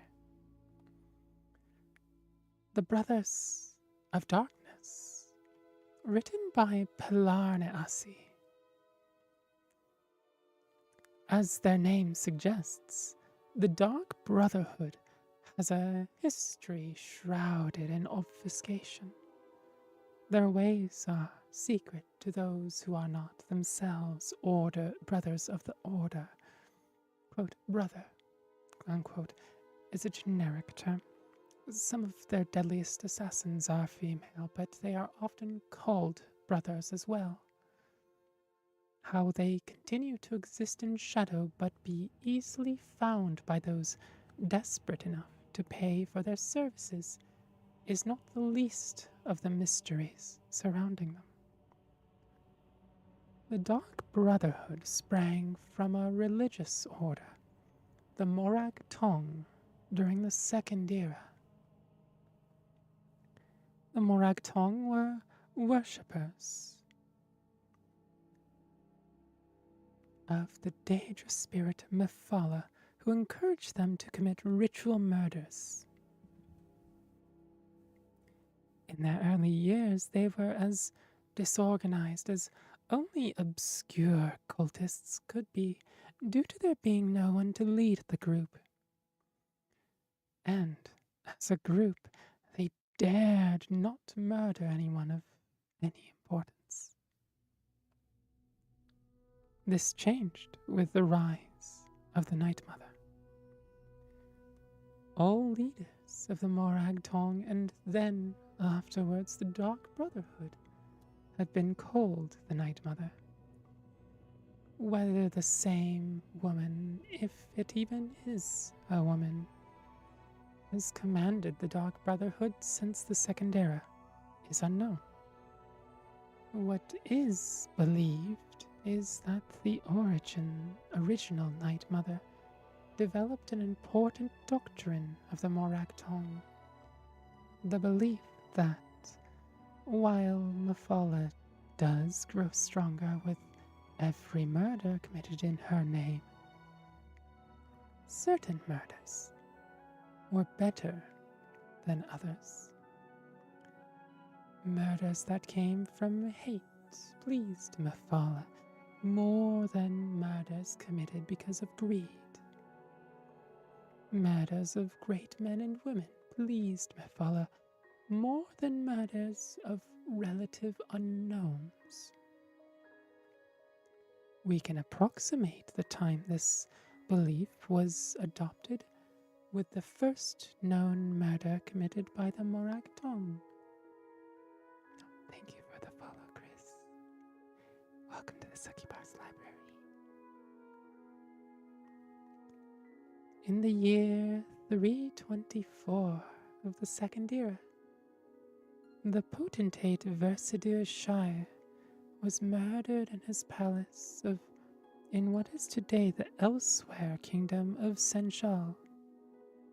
In a brash move, the Night Mother announced the identity of the murderers by painting Morag Tong on the walls in the potentate's own blood. Previous to that, the Morag Tong existed in relative peace, more or less like a witch's coven. Occasionally persecuted, but usually ignored. In remarkable synchronicity at a time when Tamriel the Arena was a fractured land, the Morag Tong was outlawed throughout the continent. Every sovereign gave the cult's elimination his highest priority. Nothing more was officially heard from them for 100 years. Thank you for the follow, little Tate. Welcome to Succubard's library. It is more difficult to date the era when the Morag Tong re-emerged as the Dark Brotherhood, especially as other guilds of assassins have sporadically appeared throughout the history of Tamriel. The first mention of the Dark Brotherhood that I found is from the journals of Blood Queen Arlimahera of Hegatha. She spoke of slaying her enemies by her own hand, or, if necessary, quote, with the help of the Night Mother and her Dark Brotherhood, a secret arsenal my family has employed since my grandfather's time, end quote. Arlimahera wrote this in Second Era 412. So one can surmise that the Dark Brotherhood has been in existence since at least 360, if her grandfather had truly made use of them. The important distinction between the Dark Brotherhood and the Morag Tong was that the Brotherhood was a business as much as it was a cult. Rulers and wealthy merchants used the order as an assassin's guild. The Brotherhood gained the obvious rewards of a profitable enterprise, as well as the secondary benefit that rulers could no longer actively persecute them. They were needed. They were purveyors of an essential commodity. Even an extremely virtuous leader would be unwise to mistreat the Brotherhood. Not long after Arlimahera's journal entry came perhaps the most famous series of executions in the history of the Dark Brotherhood. The Colovian Emperor Potentate, Severian Chorak, and every one of his heirs were murdered on one bloody night in Sun's Dawn in 430. Within a fortnight, the Colovian dynasty crumbled, to the delight of its enemies. For over 400 years, until the advent of the warrior emperor Tiber Septim, chaos reigned over Tamriel. Though no comparatively impressive executions have been recorded, the Brotherhood must have grown fat with gold during that interregnum. The Dark Brotherhood has no shortage of business opportunities. An, quote, accounting unquote, I have been informed, is the Brotherhood's favorite euphemism for an execution. While they are officially considered an unlawful organization in every corner of the Empire, like the Thieves Guild, they are almost as universally tolerated.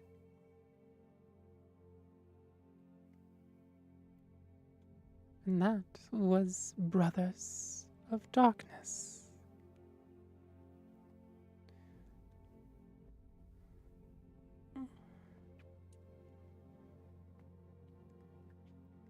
Just in case, make sure that you all take a sip, a munch, and maybe a little stretch too.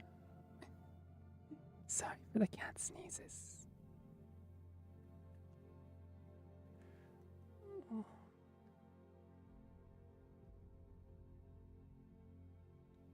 Manini, the Dark Brotherhood apparently needs to change its name to the Dark Sisterhood. Maybe, yeah.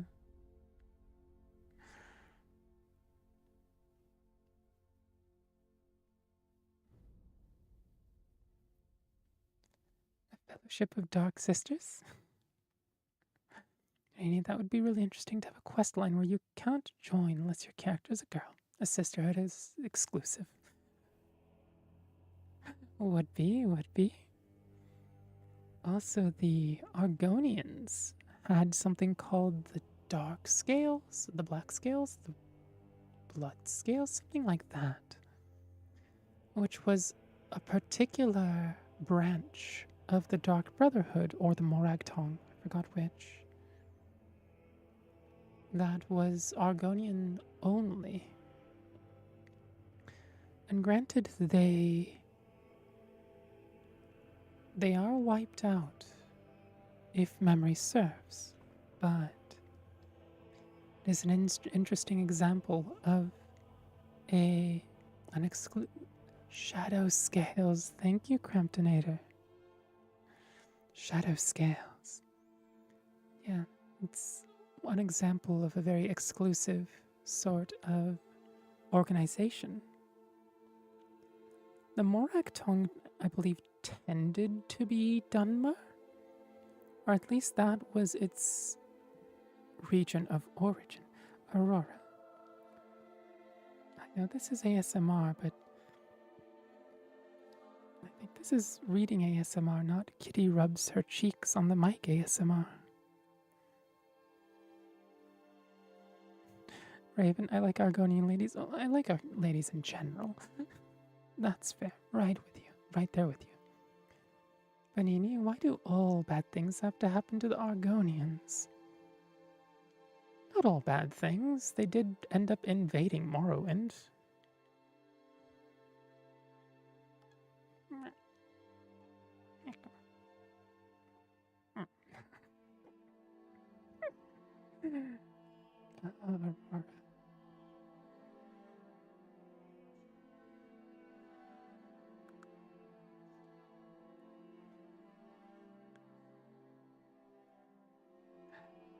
Victoria, it's karmic balancing for thinking they could invade Oblivion and then proving that they were right.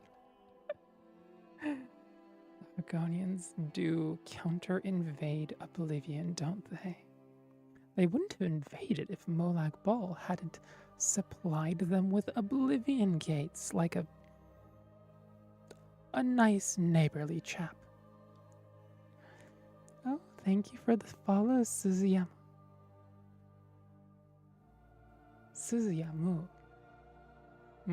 Move.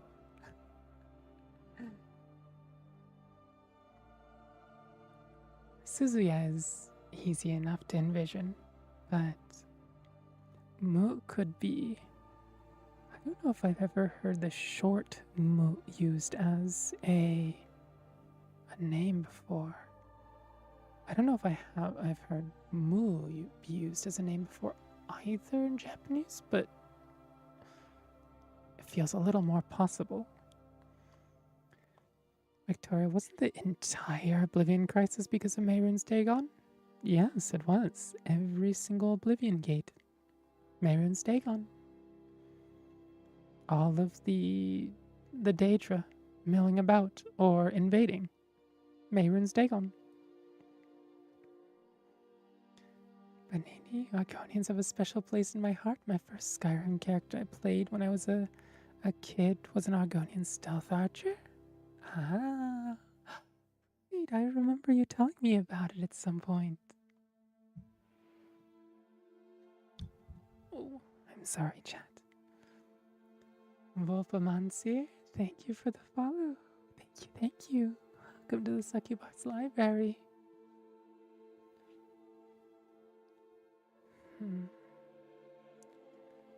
Oh, I definitely need to do a shoulder stretch, I think. Fortunately, that particular shoulder stretch is impossible where I'm sitting.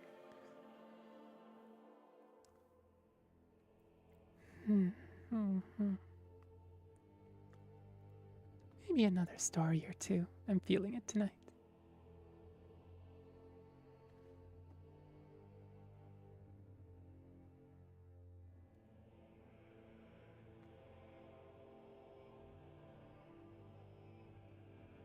Vanini was wonderful. That was before I went full Unga Bunga. Well, no. You're not full Unga Bunga. You're Unga, therefore you Bunga. Which is how I describe spell sword characters. It's originally from, I believe, an Elden Ring meme, where like you can have a strength build and just go full Unga Bunga. Strength builds are busted in Elden Ring. Especially two-handing things is busted. But then there's the strength int builds. I Unga, therefore I Bunga, yes. And granted, those builds have their own some truly mesmerizing battles. If I don't watch Elden Ring combat videos very much. I mean, sometimes I'll watch people play through, but I won't look for videos of, oh, how do I do this boss, or especially PvP or something, right? But there's one Elden Ring video maker whose strength int builds are just a gorgeous dance is the best way that I could possibly describe it. It's truly mesmerizing and aspirational. Because, like, I like int. I use strength sometimes. But to truly wield the various spells with a fluency is just, it's amazing to see. It really is.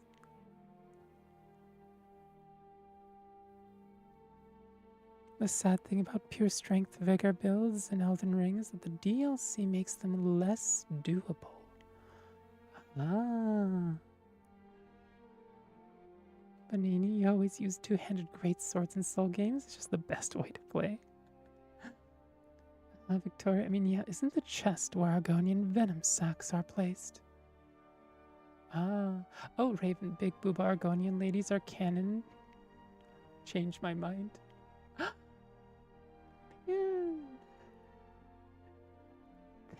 Thank you for the sub. 4 months. Ooh, time passes so quickly. Gods. Oh, existential crisis brought on by a sub. Thank you for the sub. Thank you. And for those that don't want to give Twitch money, I do have the coffee and the Patreon as well, and all of those help. People get credits on my videos, and you get access to the audios the super high quality audio only versions as well. So, if you like any of that, or you just want to help me eat, and the cats, it helps the cats eat too. They take a alarming amount of food. Then, so glad I made it to stream. Yeah, today has been an interesting day.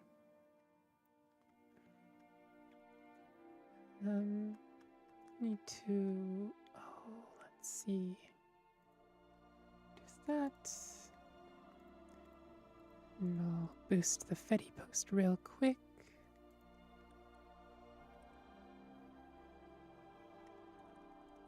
Also, for anyone who would like to join the Discord, this is an invite.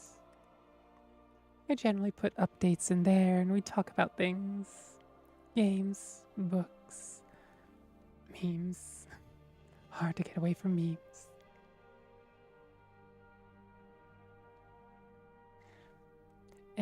All sizes fill my heart. Aw. Oh,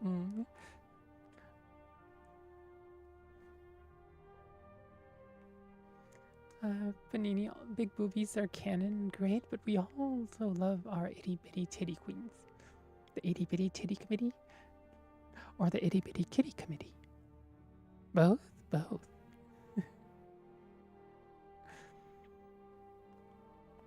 All sizes fill my heart. Yeah. All sizes are good. All sizes are good.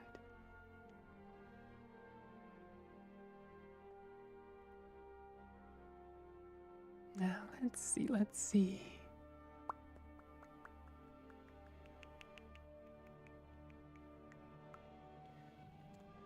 That was the Brothers of Darkness.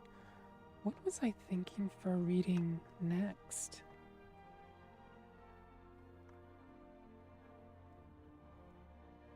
It's Ruminations.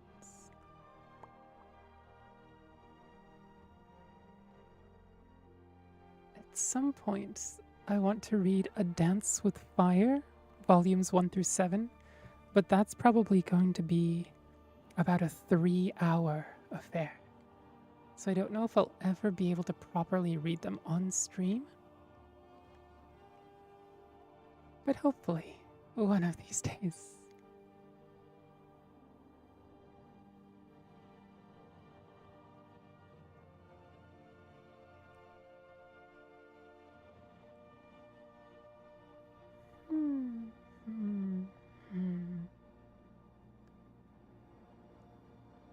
Perhaps we'll read The Locked Room. This is the one that I haven't gotten a proper single recording for yet. But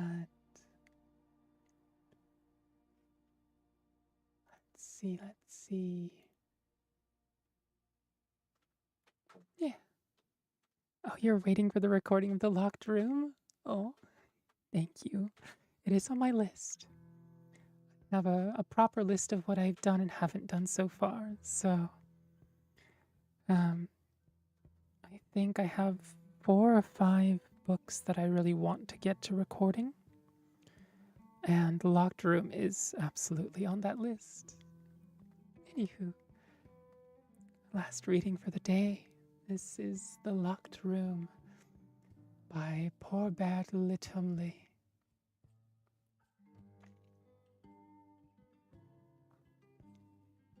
Actually, before I do that, let me have the foresight to properly pour myself the last of my tea here.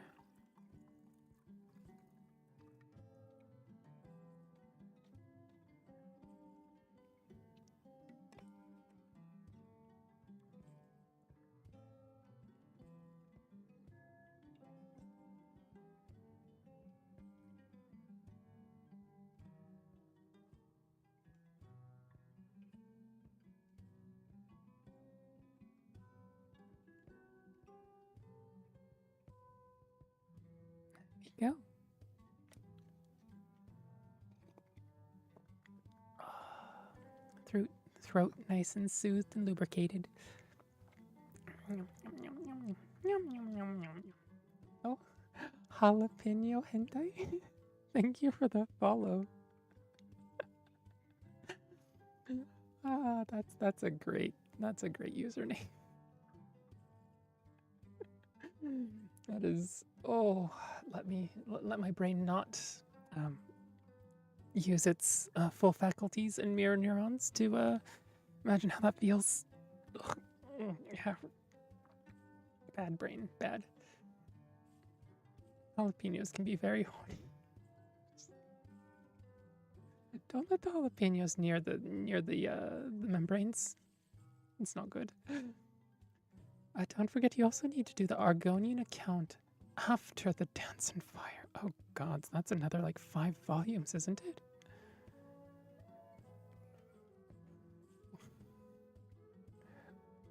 Pan, I like spicy food, but not that much. Right?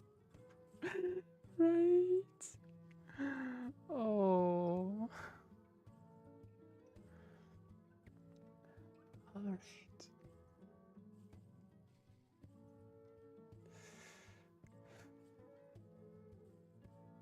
The locked room. Oh, if the kitty will stop making noise.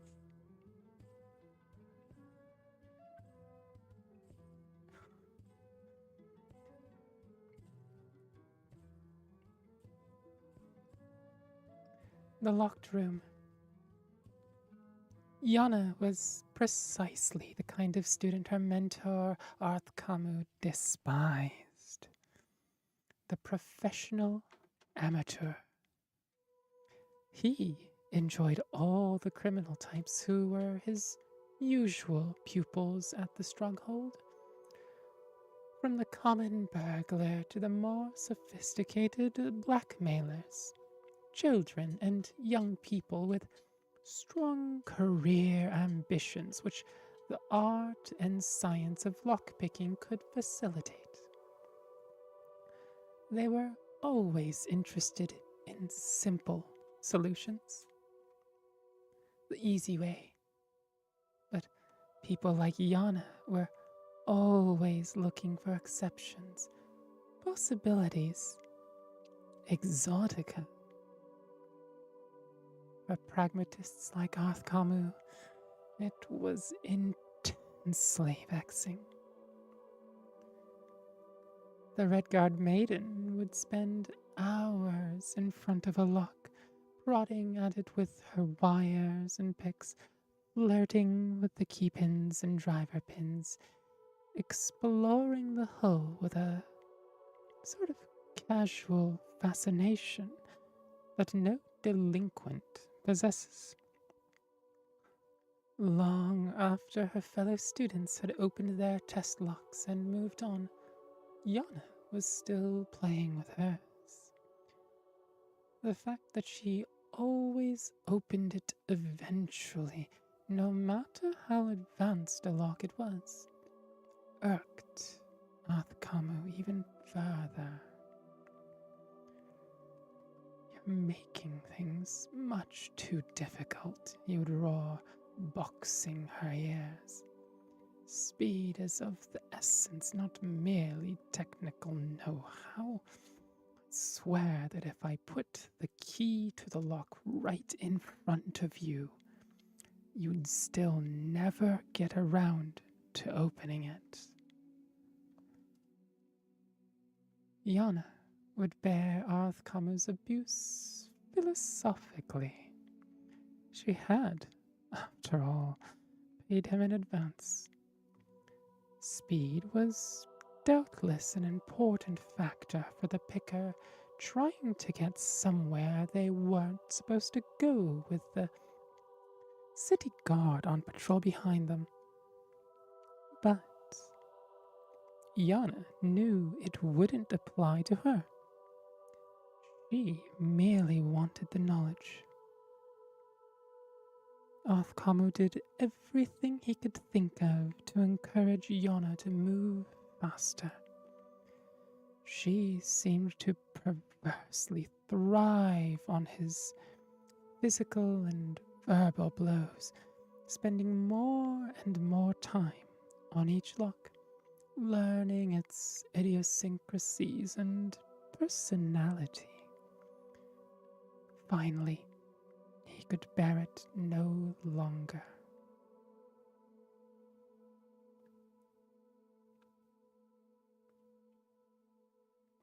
Very late one afternoon, after Yana had dawdled over a perfectly ordinary lock, he grabbed the girl by her ear and dragged her to a room in the stronghold, far from the other students, an area they had always been forbidden to visit.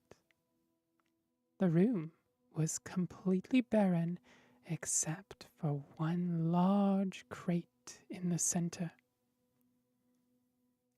There were no windows and no other door except for the one leading in. Oh, thank you for the follow. Lonely? Lonely. Succubard's library. Arthkamu slammed his student against the crate and closed the door behind her. There was a distinct click of the lock. This is the test for my advanced students, he laughed behind the door. See if you can escape. Yana smiled and began her usual slow process of massaging the lock, gaining information. After a few minutes had gone by, she heard Arthkamu's voice again call out from behind the door. Perhaps I should mention that this is a test of speed. You see the crate behind you. It contains a vampire ancient who has been locked in here for many months. It must be ravenous. In a few minutes' time, the sun will have completely set, and if you have not opened the door, you will be nothing but a bloodless husk. Yana, considering only for a moment whether Arthkamu was joking or not. She knew he was an evil, horrible man, but to resort to murder to teach his pupil. The moment she heard a rustling in the crate, any doubts she had were erased. Ignoring all her usual explorations, she jammed her wire into the lock, thrust the pegs against the pressure plate, and shoved open the door. Arthkamu stood in the hallway beyond, laughing cruelly.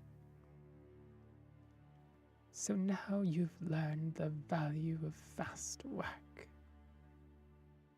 Yana fled from Arthkamu's stronghold, fighting back her tears. He was certain that she would never return to his tutelage, but he considered that he had taught her at last a very valuable lesson. When she did return the next morning, Arthkamu registered no surprise, but inside he was seething.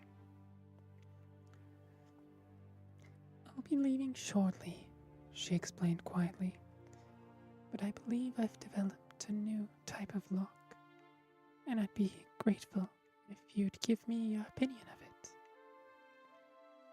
Arthkamu shrugged and asked her to present her design.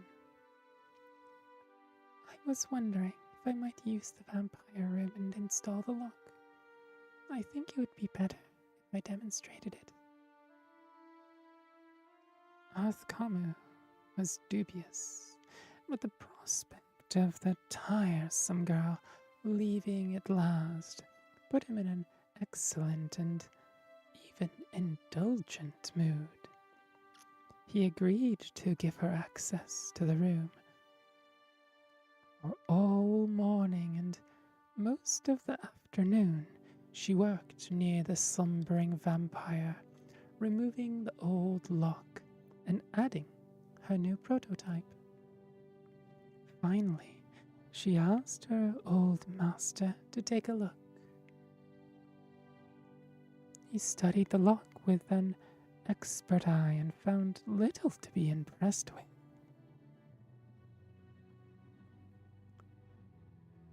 This is the first and only pick-proof lock, Yana explained. The only way to open it is to have the right key. Arthkamu scoffed and let Yana close the door, shutting him in the room. The door clicked and he began to get to work. To his dismay, the lock was much more difficult than he thought it would be. He tried all his methods to force it and found that he had to resort to his hated student's method of careful and thorough exploration. I need to leave now, called Yana from the other side of the door. I'm going to bring the city guard to the stronghold. I know it's against the rules, but I really think it's for the welfare of the villagers not to have a hungry vampire on the loose. It's getting dark, and even though you aren't able to unlock the door, the vampire might be less proud about using the key to escape. Remember when you said if I put the key to the lock right in front of you and you'd still never get if I put the key to the lock right in front of you, you'd still never get around to opening it? Wait, Kamu yelled back. I'll use the key. Where is it? You forgot to give it to me. But there was no reply. Only the sound of footfalls disappearing down the corridor beyond the door. Arthkamu began to work harder on the lock, but his hands were shaking with fear. With no windows, it was impossible to tell how late it was getting. Were minutes that were flying by? Or hours? He only knew that the vampire ancient would know. The tools could not stand very much twisting and tapping from Arthkamu's hysterical hands. The wire snapped in the keyhole, just like a student. Arthkamu screamed and pounded on the door, but he knew no one could possibly hear him. It was while sucking in his breath to scream again he heard the distinct creak of the crate opening behind him. The vampire ancient regarded the master locksmith with insane, hungry eyes and flew at him in a frenzy. Before Arthkamu died, he saw it on a chain that had been placed around the vampire's neck while it had been sleeping was a key.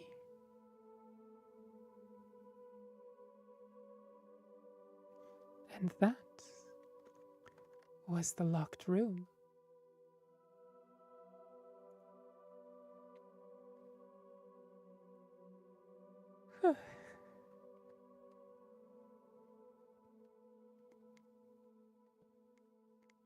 Hi, Bush Ninja. Unfortunately, that was my last story for the day. But it's good to see you.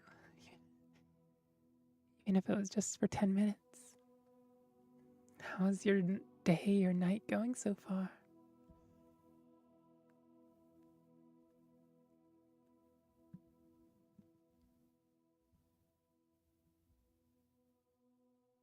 The more bunnies, the better. Are you also an unga, therefore I bunga queen?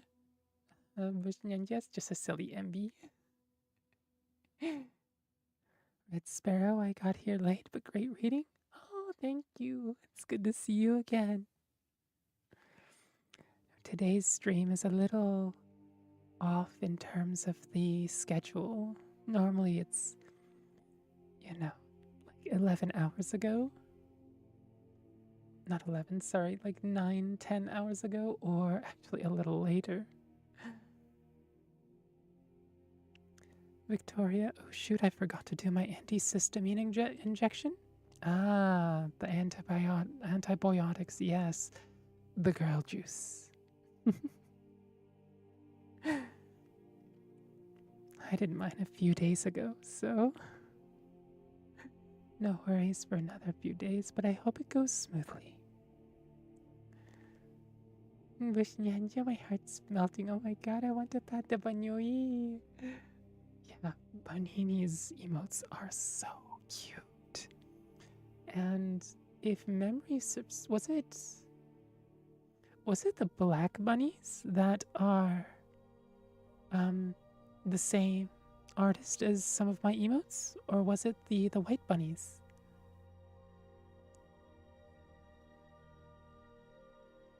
I forget every time. Victoria, not that kind of girl juice, Raven. Granted, I think most trans girls yearn for both kinds. Yeah, probably.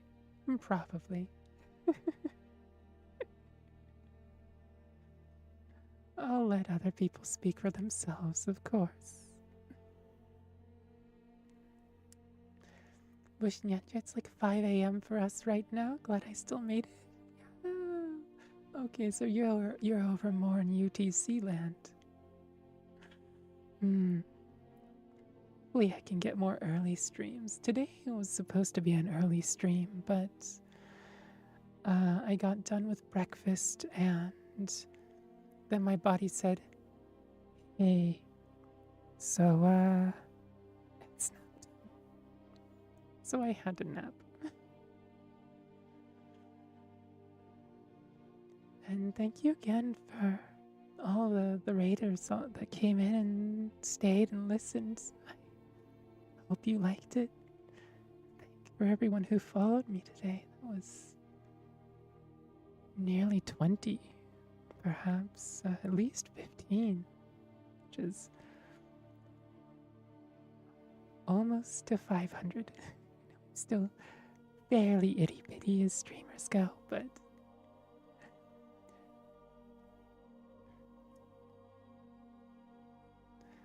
Panini, the Black Bunny emotes are from the same artist.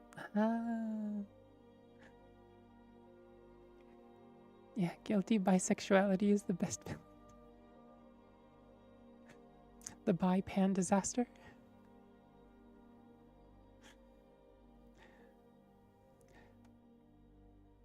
And the bi-disaster girl failure. Bisexual besties, yay! Yeah. A lot of bi and pan people here.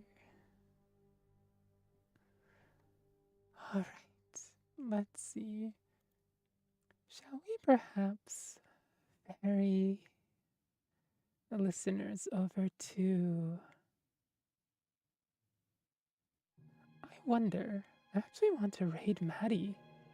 So Maddie is in the middle of an Elder Scrolls 4 Oblivion playthrough.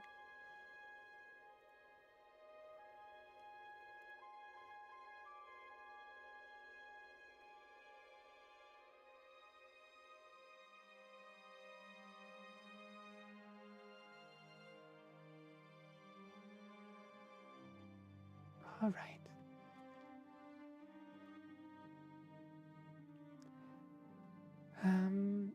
Oh, and I need to get... For anybody on the YouTube side, if you'd like to follow us, here's the link.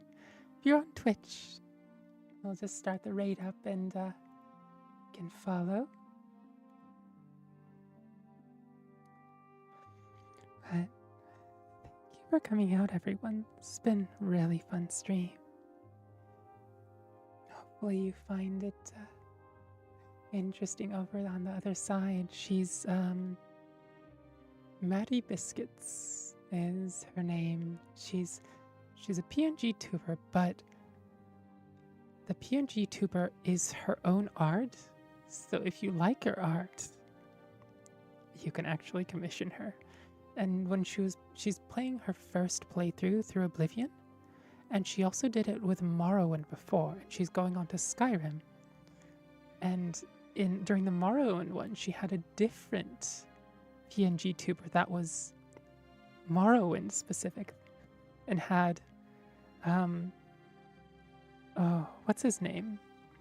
Mask Dude from a Morrowind on her shoulder. And this character, this PNG, has oh, what's his face? Not Morian Zenith, not Dagoth Ur. Dagoth Ur is Morrowind, but the Daedric Prince from Oblivion on her shoulder. Anyway, let's raid through. I'd have to check the VOD on Fetty. Okay. Manini, it was a lovely stream, Tabby. I'm glad I got to be here the whole time. Me too. Thank you for being here. I'm glad you liked it. Ta-ta for now, everyone.